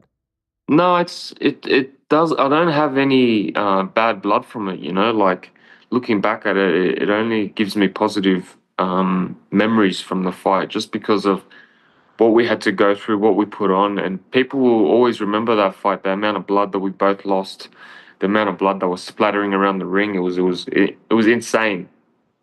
He's obviously a very tall guy, very unique for this weight. How much of a problem does that present to you? To a certain extent, it's tough. You know, he's actually the tallest world champion right now. You know, even taller than any heavyweight right now. That's wild. That is wild. It's pretty crazy. You know, to 6'6". Look, of course, it's going to present a few problems. It's hard at first, but I think every boxer just has to be able to adapt, and whoever they put in front of you, you just have to get the job done. And you know, because you have already fought him, now you come in with some knowledge, right? So you have. The puzzle isn't as tricky this time around, I would imagine. Yeah, and I'm coming in with no cuts and no blood in my eyes, so I think that will play a big part for me. Now, how do you feel about that cut? Because it did come as a result of, it seemed like an elbow. Did you think that was just in the course of the fight, or did you think that was somewhat intentional? Nah, because Southpaw Orthodox, we both clashed each other's feet, and then I sort of slid into it, and he sort of just went like that, pulled it up. So it was intentional, but he does have the tendency to throw a few of these elbows at just the way his arms are positioned when he throws it. So it wasn't intentional, but it happened, you know. There's been a bit of a war of words between the two camps regarding the cut, regarding all this stuff. Would you say that there's a little bit more bad blood this time around? I think we're just both ready to go. We're both ready to put it on, you know, like we're not friends right now, and nor do we want to be friends. You know, we're about to take each other's heads off. Do you think if that cut doesn't happen, he doesn't win the fight? Did that dramatically affect the way you fought? That's a good question. Good question. And the answer will lie down in the rematch. I feel like the questions... The answers I have to prove on Saturday night. Sure. But it just as far as like the way it affected you in the fight, it was in your face, right? It was in your eyes. How could it not affect you, right? Yeah, I couldn't see, man. Honestly, I was blindsided. You could see me wiping it up.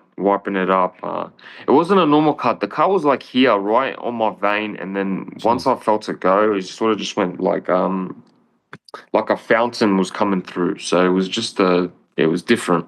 Jeez Louise. You've never had a fight like that before, right? With that much blood involved? Nah, I don't think there's many fights like that. Like it's more of an MMA thing, right? Yeah. Even so, like you get cuts here, usually headbutts in boxing, but to that certain extent where the blood's just dripping to the left eye, to the right eye, and it was just non-stop. So, yeah, whatever. I do believe this is your first time fighting at MGM Grand, which I think is one of the best boxing venues in America. I like it way better than T-Mobile, and I think. Correct me if I'm wrong. Your father fought there on November 3rd, 2001. You were 7. He fought Zab Judah there. Yeah. Do you have any recollections from that fight? Yeah, of course. It was such a historic moment. My dad became undisputed champ there, so it's a great moment in my family's legacy, and I hope to continue it on. I would imagine were back home. You weren't in attendance, right? Nah. My dad never took us. Why not? I don't know. He's sort of just business only. Sure. Family stays at home. Do you have any kids now?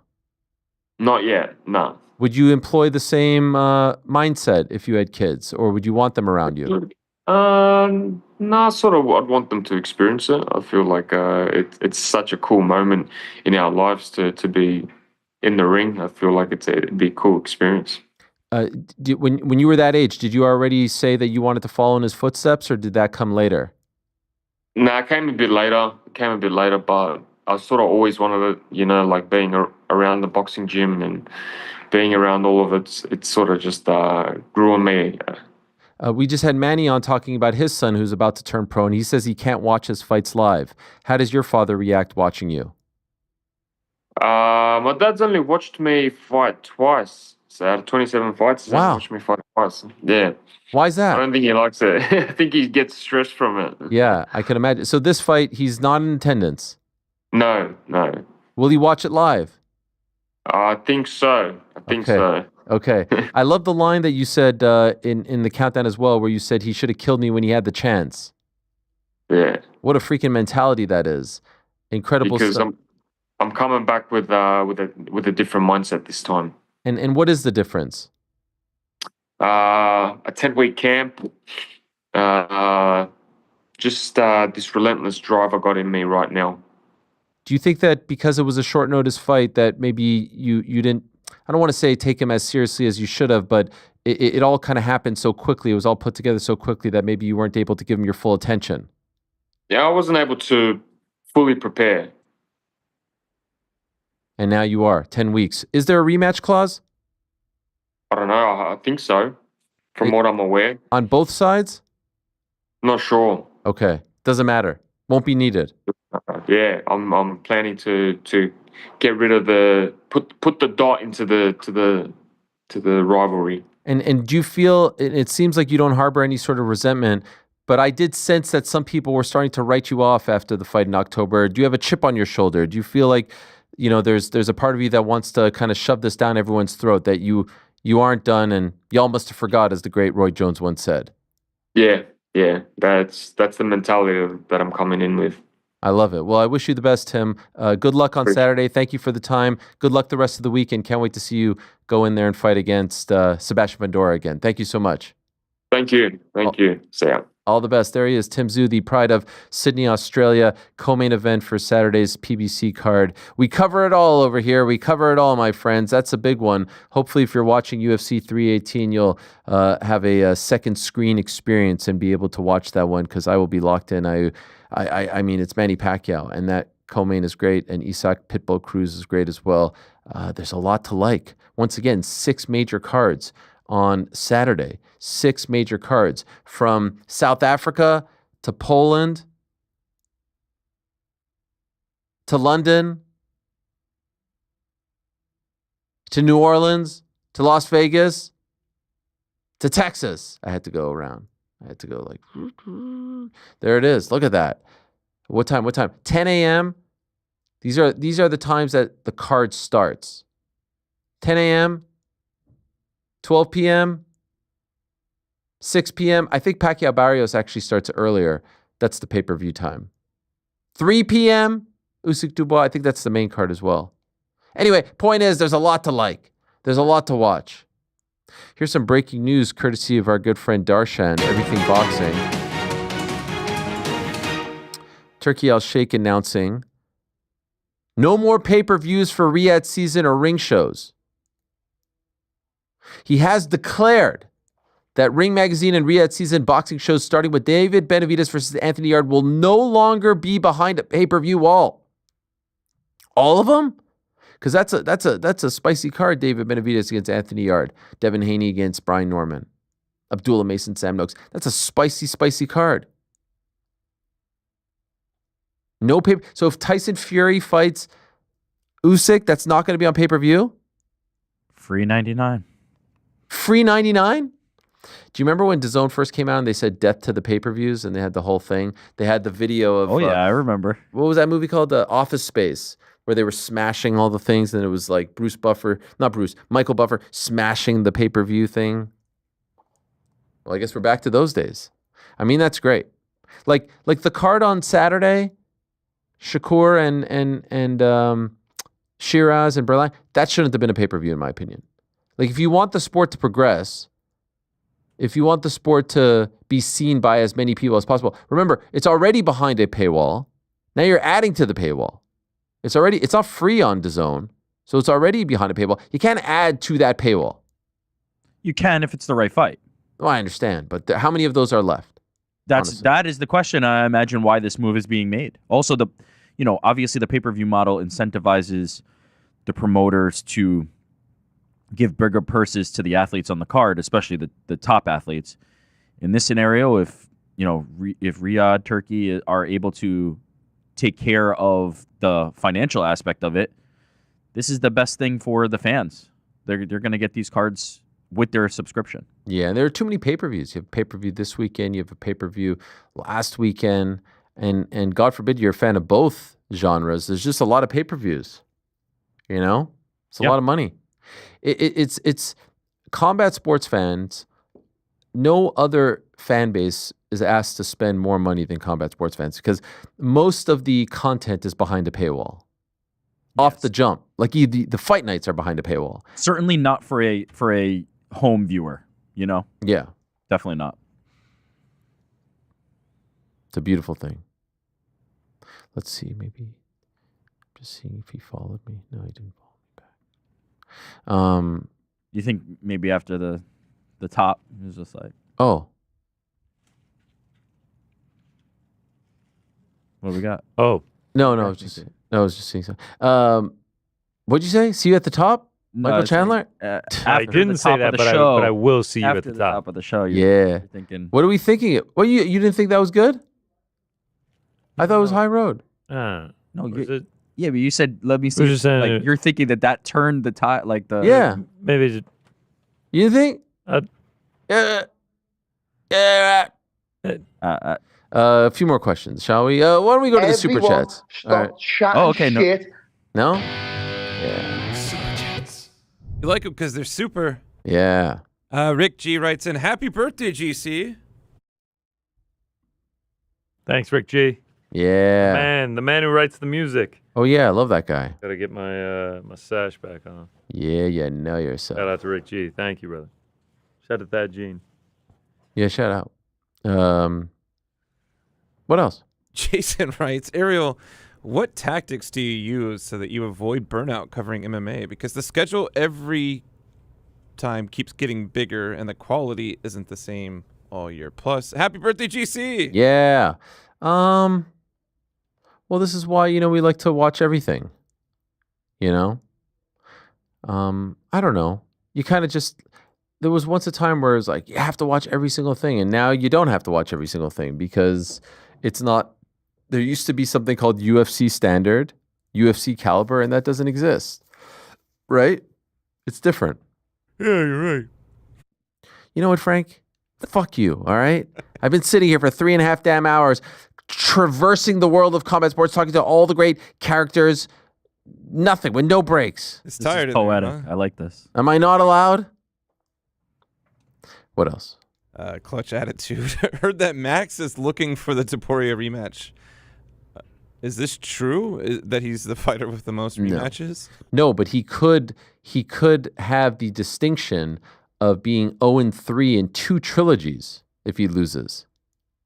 Right? He will have been 0-3 against Dustin, 0-3 against Volk. Isn't that crazy? Yeah, that is kind of nuts for a guy of his caliber. Yes. To have 2 different trilogies is nuts. Would be wild. Poirier can end up 2-1 in 2 trilogies if he loses. If he loses, Max will have 9 losses in his career, and 6 of them would be to 2 people. Dustin Poirier and Alexander. Wait, what was Dustin's other trilogy? Connor. Max. No, those are the 2. Oh, you said 2-1. You'd be 2-0. 2-1 in both. If he loses, he'll be 2-1 against Max, 2-1 against Connor. Oh, I see what you're saying. Got it. Which is pretty unique. Not bad. as well. Good. He comes out on top. Yeah, I mean, he's already clinched a tie at least. Yeah. In no. He'll split clinched him at least being 4-2 against Conor McGregor and Max Holloway. What else? Clutch also wrote, also happy birthday, Connor. Love the boys in the back, except Frank. Oh. Appreciate it, Clutch. Man of taste. Yeah, we all feel that, Clutch. Yeah. We get it.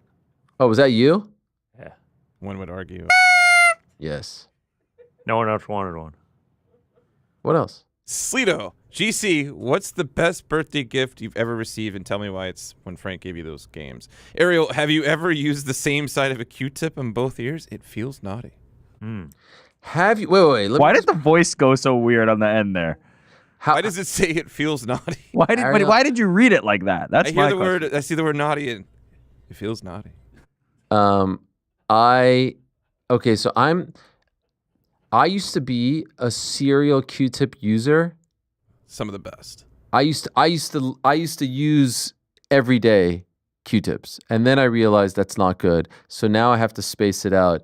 But it does feel somewhat like therapeutic. What's not good about it? You're pushing it in. You're technically impacting. By the way, you know that when you look at like Q-tips, like the back of the box and all that, there is no mention of ears. Because they don't want people jamming them in the ear. I actually got told this by a doctor. I was like, look, I use Q-tips every day. And she's like, you're not supposed to do that. And I'm like, yeah. Then she looks at my ear and she was like, I have to admit, this is a very clean ear. I'm like, all right, so go back to your doctor's school. I've been and tell to the them about doctor because of a Q-tip use in my ear. Wow. Don't go into the canal. Well, things happen. You're trying to clean it out, and you got to go get it removed after the fact. Yeah. Oh.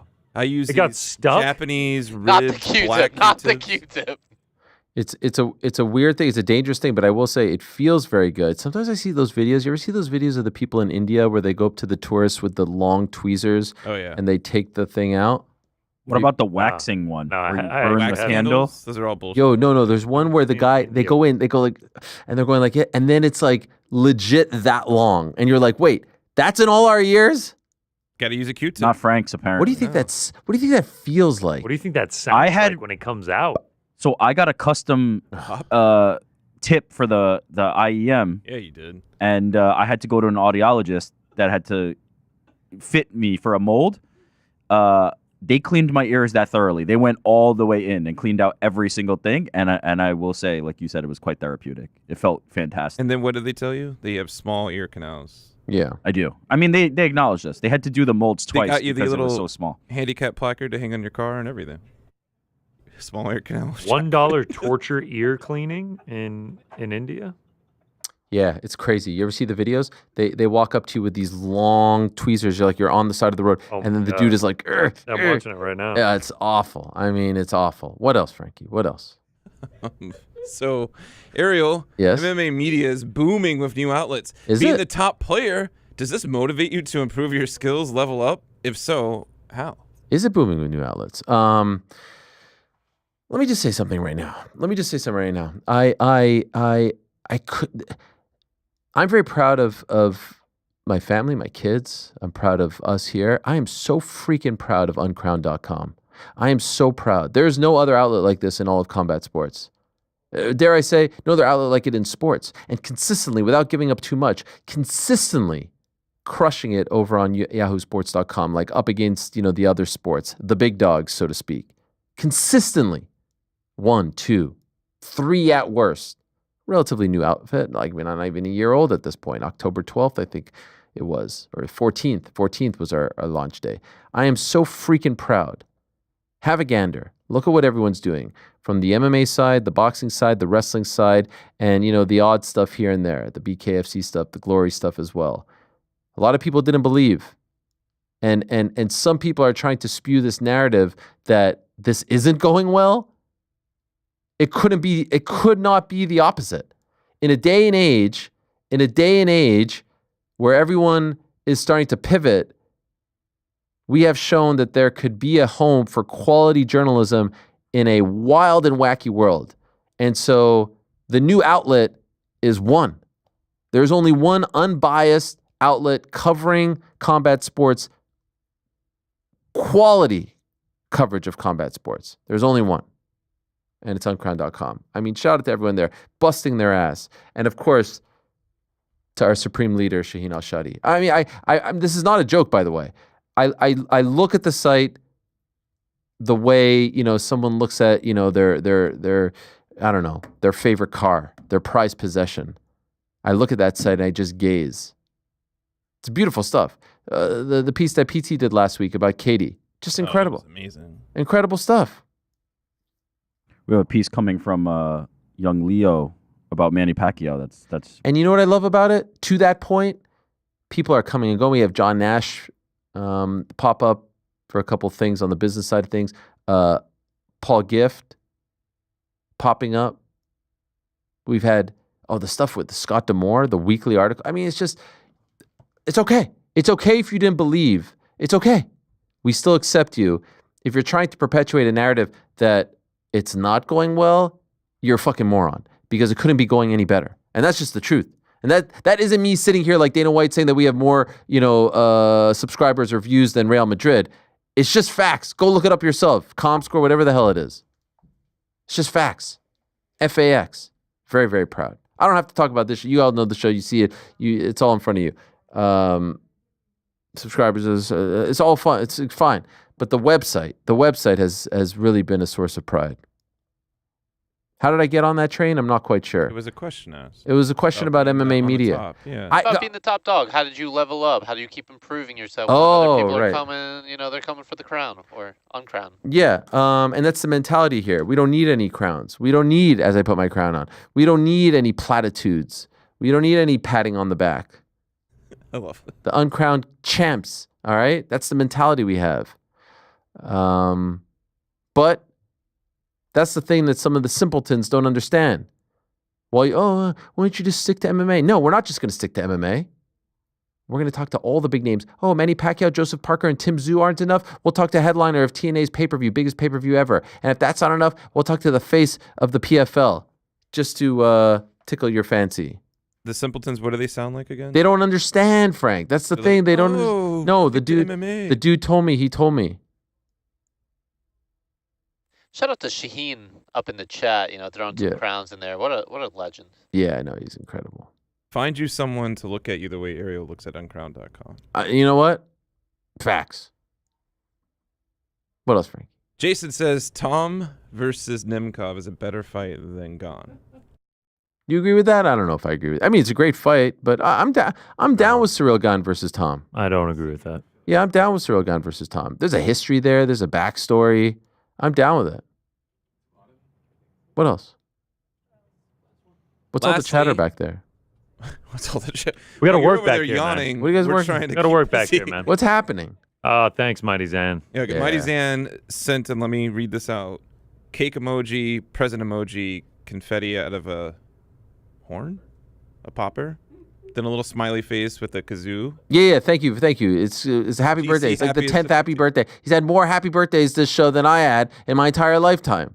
And we're going out. Let me finish. Well, I appreciate Frank reading that out, because that's people the who are listening to this in their car and all they hear is "thank you" from Connor have no context. They gotta know. And if you're gonna put the emojis, we're gonna read them out. Yeah, no, you're I like right. Frank talking over you, calling him out for not sending you a message, and him just trying to play it off. So back to the cake. Then there was a present, another popper, and a emoji with a hat blowing on a kazoo.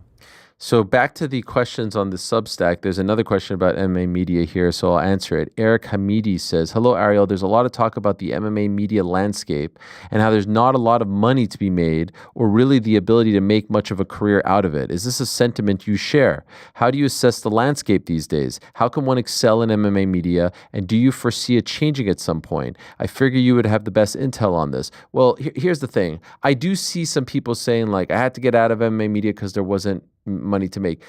Guess what? Try making money in 2007 in MMA media. Like, what? There was zero. But you grind. Like this. I love when people try to paint the picture as like, oh, you're the establishment. Of course you can make money. Of course you can get network. I didn't know a soul. I didn't know a single person. Allow me to remind you, Spike TV 2007, I did not know a soul. Quit my job, start JarryPark.com. I didn't know a single human being in combat sports. I just grinded. I wrote emails. I wrote messages. I looked at everyone else and I tried to be different. I realized that there was a path. There was a path. No one was interviewing fighters like I thought I could interview them. I could be better. I could be different. I could be unique. I could stand out. Find that thing. And if you think you're trying hard, try harder. And if you think you're doing enough, do more. And it took a lot of freaking shit, a lot of shit that I still have to deal with today. Shit sandwiches, drama, people coming after you. Still today. The game isn't over. The race isn't won. So I see a lot of people lamenting the fact that there aren't opportunities.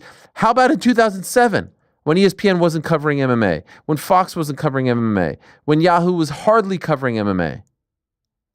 The big dogs. Yeah, it is volatile, but guess what? There are more opportunities now to make money with social media, with TikTok, with Facebook, Meta, YouTube. None of that existed. None of it. So I'm not necessarily going to like do the, like, no, there have been setbacks. My first job in MMA, I made $0. Zero. My first job with AOL, I made $1,000 a month. $1,000 a month. What is that times 12? $12,000 a year. That's it. Not exactly anything to write home about. But if you work your ass off, you know, opportunities, breaks, and I still don't think that I get the breaks that I deserve. And I still don't think that, you know, shit has happened. Like, you keep going. You fucking keep going. I see these videos like, let me tell you about the state of MMA. What do you mean? The going got tough and then what? I'm not talking about all the videos, but I just see some stuff where it's like, come on. If you really want it, don't give up. That's what I say. Hey, Ariel, have you tried to get The Rock and Mark Kerr on to talk about the Smashing Machine? P.S. Can yourself or the BITB please start attending MMA Media Days again? MMA Media is dying and we need some good reps. What's going on? Why is everyone so down on MMA Media? Would love to have Mark Kerr, Dwayne Johnson, would love to have you on to talk about the Smashing Machine, which comes out in October, I do believe, right? I think that's it. Have you seen the trailer? Yeah, it looks great. Yeah, it does. Hello, friends. Firstly, just want to congratulate GC on his debut with the Man in the Hat. Great stuff. GC on his debut. Is that from International Fight Week when the mic broke? Like on the post-fight show? Yeah, we were supposed to be on the post-fight show. Is he being facetious, do you think? I think so, yeah. We opened it up. I was like, so excited to do this with you, Chuck. Yeah, that was great. All right, well, congrats. Ariel is the best conversationalist in the world. That is absolutely not true. Any tips for a socially awkward mess on how to keep conversations flowing? Truth be told, I'm way better at conversations on air than I am off air. Do you guys agree with that? Absolutely. Thanks. Yeah, 100%. Sometimes I wish I was being interviewed so we could have like a heartfelt. Yeah. Without you looking at your phone. What about Mike Santana? That's such bullshit, by the way, the phone thing. Looking around. I knew it. That's such... See, here's the real Ariel here. Huh? What did you say something? Huh? No. I know. Yeah. Yeah. And then There I it found is. $20. The duo. The best is the walking places. And it's just like you're walking at. Bless you. Hey, bless you, Rick. You all right, Rick? Thanks. That was crazy. This was is on exactly what camera it's the like entire- talking to you too. That's so unfair. You walk somewhere with you guys, and it's just like you're walking the slowest pace ever, and you're like, all right, they're coming. Yeah, GC and I. Oh, feel is like this we're like is this me parents as well? trying to- Did I They'll get get roped? there. Did I get roped into this? You got roped. Such into bullshit. while They'll you're- get there. What did you just do, Ariel? The Revolting Blob says, Happy Wednesday. Ariel, you've had a lot of great guests on the show, but are there any remaining white whale guests?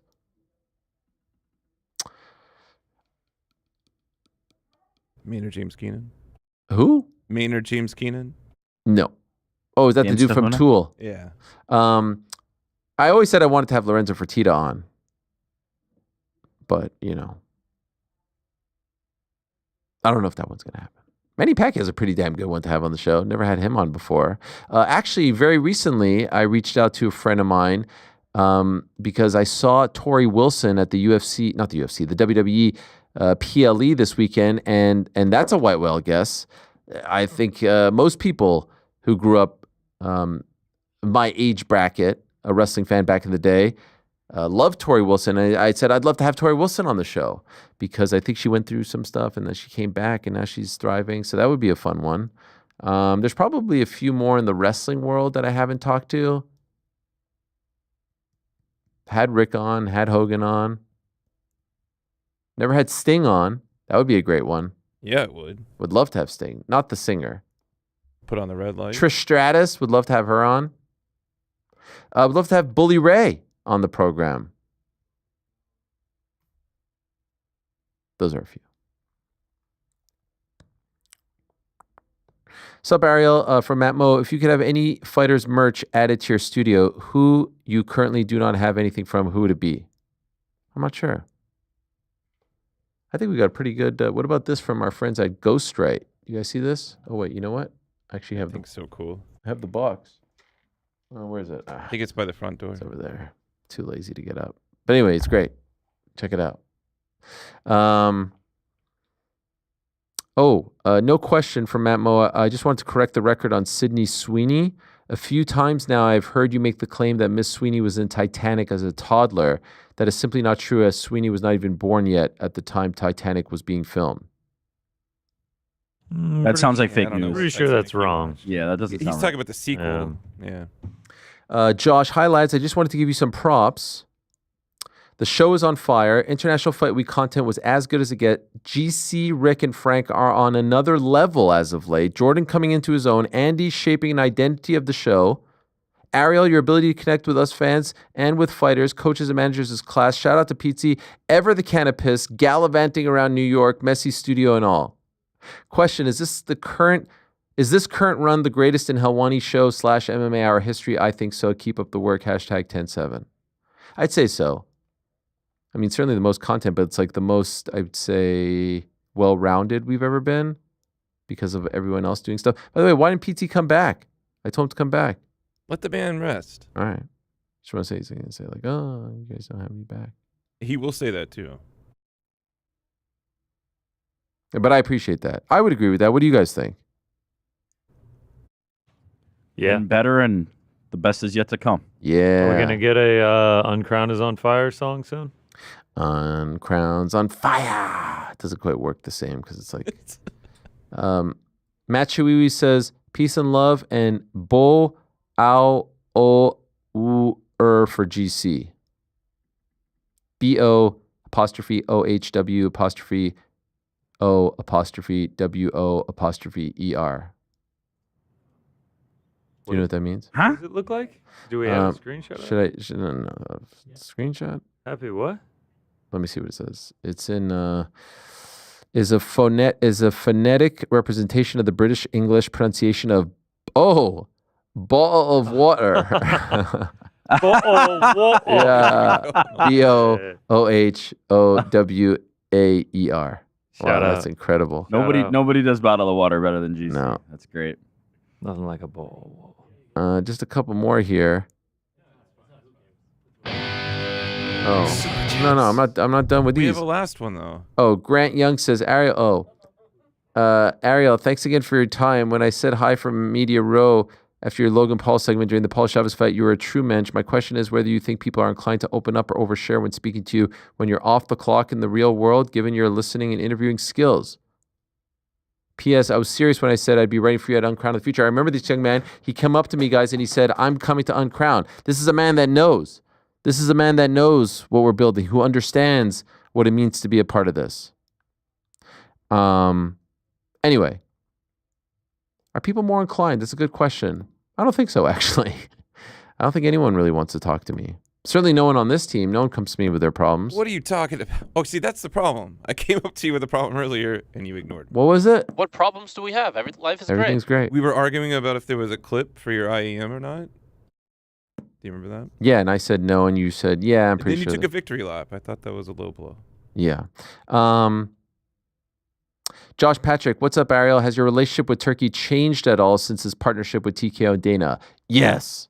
Adele, Ariel, and the folks, there is so much to ask you and the boys and Andy. Let's start with the jersey that GC was wearing. Is it true he wore that for 4 days straight? Now, who's starting these rumors? Yes. It was two different jerseys over the course of 2 days. Which ones? The Irish 90s and then the one that Pizzi got for me. I briefly put the one on that Pizzi gave me, and then I took it home. I washed it, wore the 90s the next day, and then wore the Pizzi one on Saturday, freshly cleaned. It's all clean. It's all clean, people. The other question is, Ariel, can we break the fourth wall even further than the behind the scenes? Are you literally paying out of pocket for all the things that happen?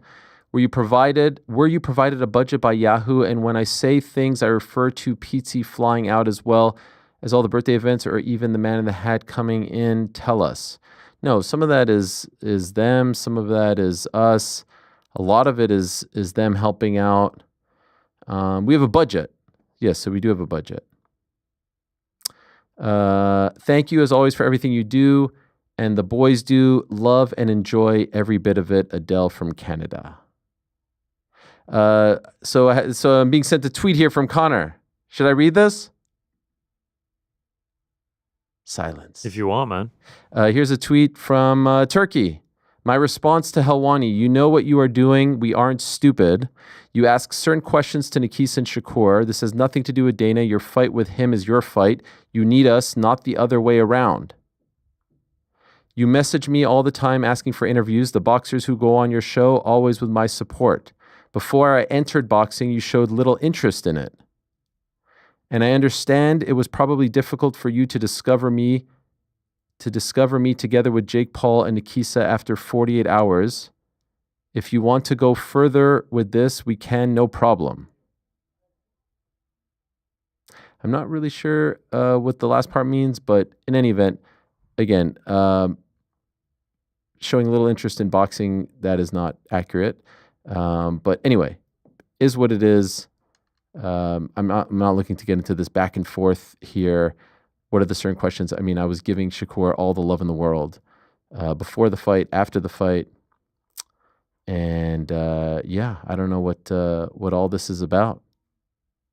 But such is the life. I think that most people who would be honest about my interest in fight sports would remember that if you go to my website, jerrypark.com, the aforementioned jerrypark.com from back in 2007, and you type in the word boxing, you will see that I was interviewing boxers back then, and I was doing roundtables. This is back in 2007. You'll also know that I was an intern at HBO Sports in 2003, and I worked on boxing. You can ask Dave Harmon, who was the producer of the Netflix event. You will see I posted that in my senior year apartment at Syracuse. I had posters of Roy Jones and Shane Mosley on my wall. I don't have to prove anything to anyone. Nevertheless, I will leave it at that. But I'm not really sure what all this is about. But the insinuation that I'm just sort of like a Johnny-come-lately to the world of boxing, when I obviously decided to cover MMA wholeheartedly for the better portion of the beginning of my career, doesn't suggest, because I always was championing boxing and talking about boxing, but I hosted a show called the MMA Hour that evolved over time. There it is, jerrypark.com, from back in 2007. So, yeah, is what it is what it is. All good. Let's do a couple more. Michael, Ariel, long time, first time. My top 2 favorite podcasts alongside Jacko podcast. Actually, I've written in before on this topic, but you never got to it. So here it is. I missed the drawn out to start the program. Just sets the mood and the tone for the whole thing. It's original. That's the OG way of starting the show. It's tradition. It's history. The show's still great. Don't get me wrong, but it's missing a touch of je ne sais quoi, a little French for you as a fellow Canadian with parents from Montreal, from Quebec to be exact. Keep it real, Ariel. I don't have to tell you that, though. It's just tough. It's tough to say the Ariel Helwani Show. It doesn't quite fit the same way. Ariel Helwani it doesn't quite fit the same as MMA Hour.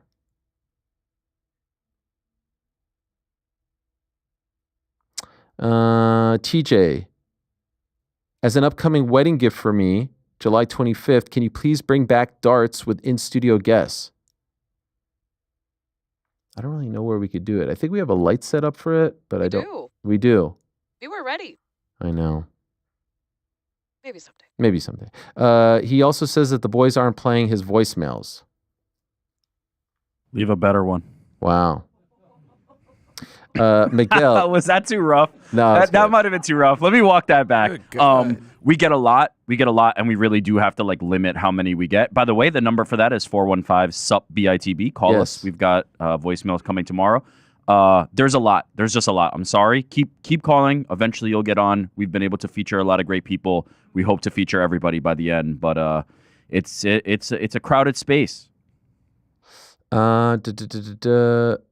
Steve, I have 2 questions. Love the show. The first is a delicate one. I heard Dan Hooker on Submission Radio saying that Armin Sarukian or his manager would have told you ahead of time not to mention Hooker's name in your recent interview.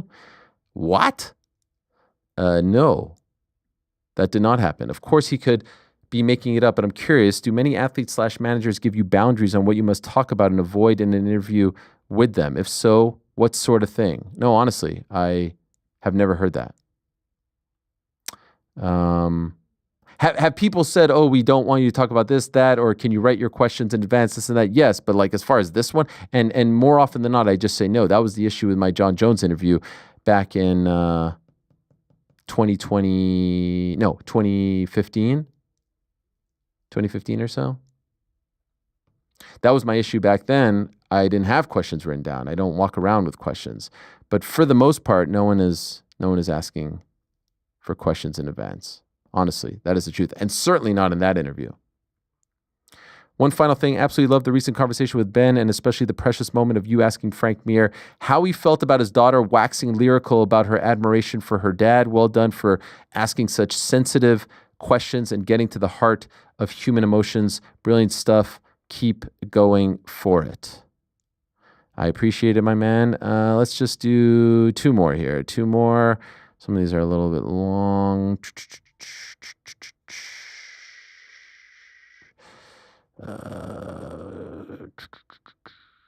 Slava, hey Ariel, I noticed that you shake a lot of your in-studio guests' hands. Does this make you uncomfortable / mess you up at the moment, especially when you have several in a row, or can you put that out of your mind once the interview starts? Yes, I definitely put it out of my mind.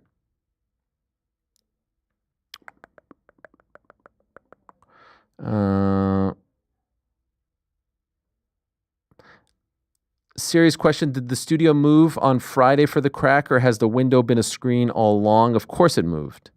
We had to get it out there. We positioned it so that it would, it would point towards Dublin. And last one from Persian Apothecary. Hello, Ariel. I miss you, man. What are your thoughts on foodie culture? Do you like Michelin restaurants, or is it a waste of money? You live in a city with so many, like 11 Madison Avenue. Just curious, what are your take? I don't really say I need to look up, what's a Michelin star or what's not. But I do enjoy good restaurants. Does that count? I do like good restaurants. but I don't really like follow what's Michelin and what's not. I think that's more of Frank's thing, right? No. Is anyone back there? We're all back here. Michelin, that's like the tire company, right? Yes. So weird. Yes. Is it really the tire company? Yeah, and yes. Yeah. Is it really? Absolutely. Like in the past, AAA used to have ratings. Michelin would have if you're on the road, these are where you visit. Now it has become much more elevated, and most people don't know it originates from that, but it is for travelers. Wow. It's the same exact company. Same one, man. Wow. It's that tire company, Michelin. Wow. Yeah, it's the same one. The one with the white tire guy. Yep. Yeah. I think his name. The Michelin Man actually delivers the stars. So it's literally the same company. Yes. The company that makes the tires called Michelin. Right. Also gives out the Michelin stars to restaurants as well. Right. Wow. Yeah. Yeah. The and star Guinness rating comes from the company that makes tires. So it's like the same place. Guinness beer. What are you not tracking here? Yeah. Does the world records as well. Yeah. That's actually not true. That part. Is that not true? Oh, I actually thought that was the same. Okay, so nope. now Two separate companies there, two different entities for Guinness Book of World Records. So he threw a wrench in there at the end and lost all credibility with the lie, but it was funny, and then now we learned that you thought those are the same Guinness. So what is Guinness as far as the records? That's like a different thing. That's just different. That's Tom Guinness. He started jotting down world records back in the 1800s. Is that true? I listened to a podcast called Comedy Bang Bang where they have a guy who is he pretends to be the Guinness of Guinness Book of World Records. It's quite funny. Yeah. And ironically, drives a car that had tires from Michelin. Michelin? Michelin. Sean Strickton? That's my boy. Shout out to Big Sean. All right, we got a birthday dinner to go to. Whose birthday is it? More? Hey, Schultzy. Haven't we done enough? Say $6.99 Canadian. Oh, we can't complain almost about looking this. like Sean Austin in your 51st dates with the Lulu shirt. Happy birthday, GC. Drink a million beers. Beer emoji, beer emoji, beer emoji, beer emoji, beer emoji, beer emoji. Thanks, Schultzy. Yeah, you know yourself. I'll take that. He looks ripped in that. Listen, I've taken enough abuse for one day, all right? There's only so much a human being can actually take. Is it the guy from Rudy? Sure is. Sean Astin. Which you guys have never seen. What? I've seen. You saw it. GC never saw it, which blows my mind. No, I don't need to see it. GC doesn't see anything before 2005. It's legit my favorite movie of all time. Anything before like 1998 is a waste of time.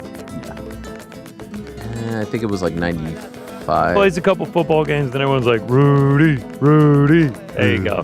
93. Golly, we're getting shows old. up to Notre Dame in the middle of the morning and is like, I want to go to school here. And the security guard is like, well, I can't help you with that. Yeah. No, he did help him. He told him, wait over there and you'll get in. He said, you're 5'0", 100 and nothing, and you don't got a speck of athletic ability in that body. And you just survived with the greatest college football team in the land for 3 years. Where I come from, you ain't got to prove nothing to nobody. Rick and I watched this comedic review. He was doing a thing, Frank. I'm sorry. Oh, well, I thought it was done. I'm literally reciting Just it. lay top out. of mind. Let him. Like, Jesus, let me how many cook, let him bro. do his thing. It's all just Notre Dame propaganda. Let me cook. He's still got a lot of speech to go. Okay, I was trying to save us. Rudy's supremely overrated, by the way. Oh, it's horrible. Oh my God. That might be the worst take in the history of takes on this. Really? The scene where he couldn't even show up to work on time. What's the top 5 tomorrow? Hot sauces in honor of Dustin Poirier. I thought Hot Sauce Holtzy. No. Scott Holtzman? No? All right, fair enough. Great show. Thank you to everyone who stopped by. Thank you to Thad Jean, Mike Santana, Manny Pacquiao, Joseph Parker, Tim Tszyu. Thanks to you. Thanks to them. Back tomorrow, same time. Peace.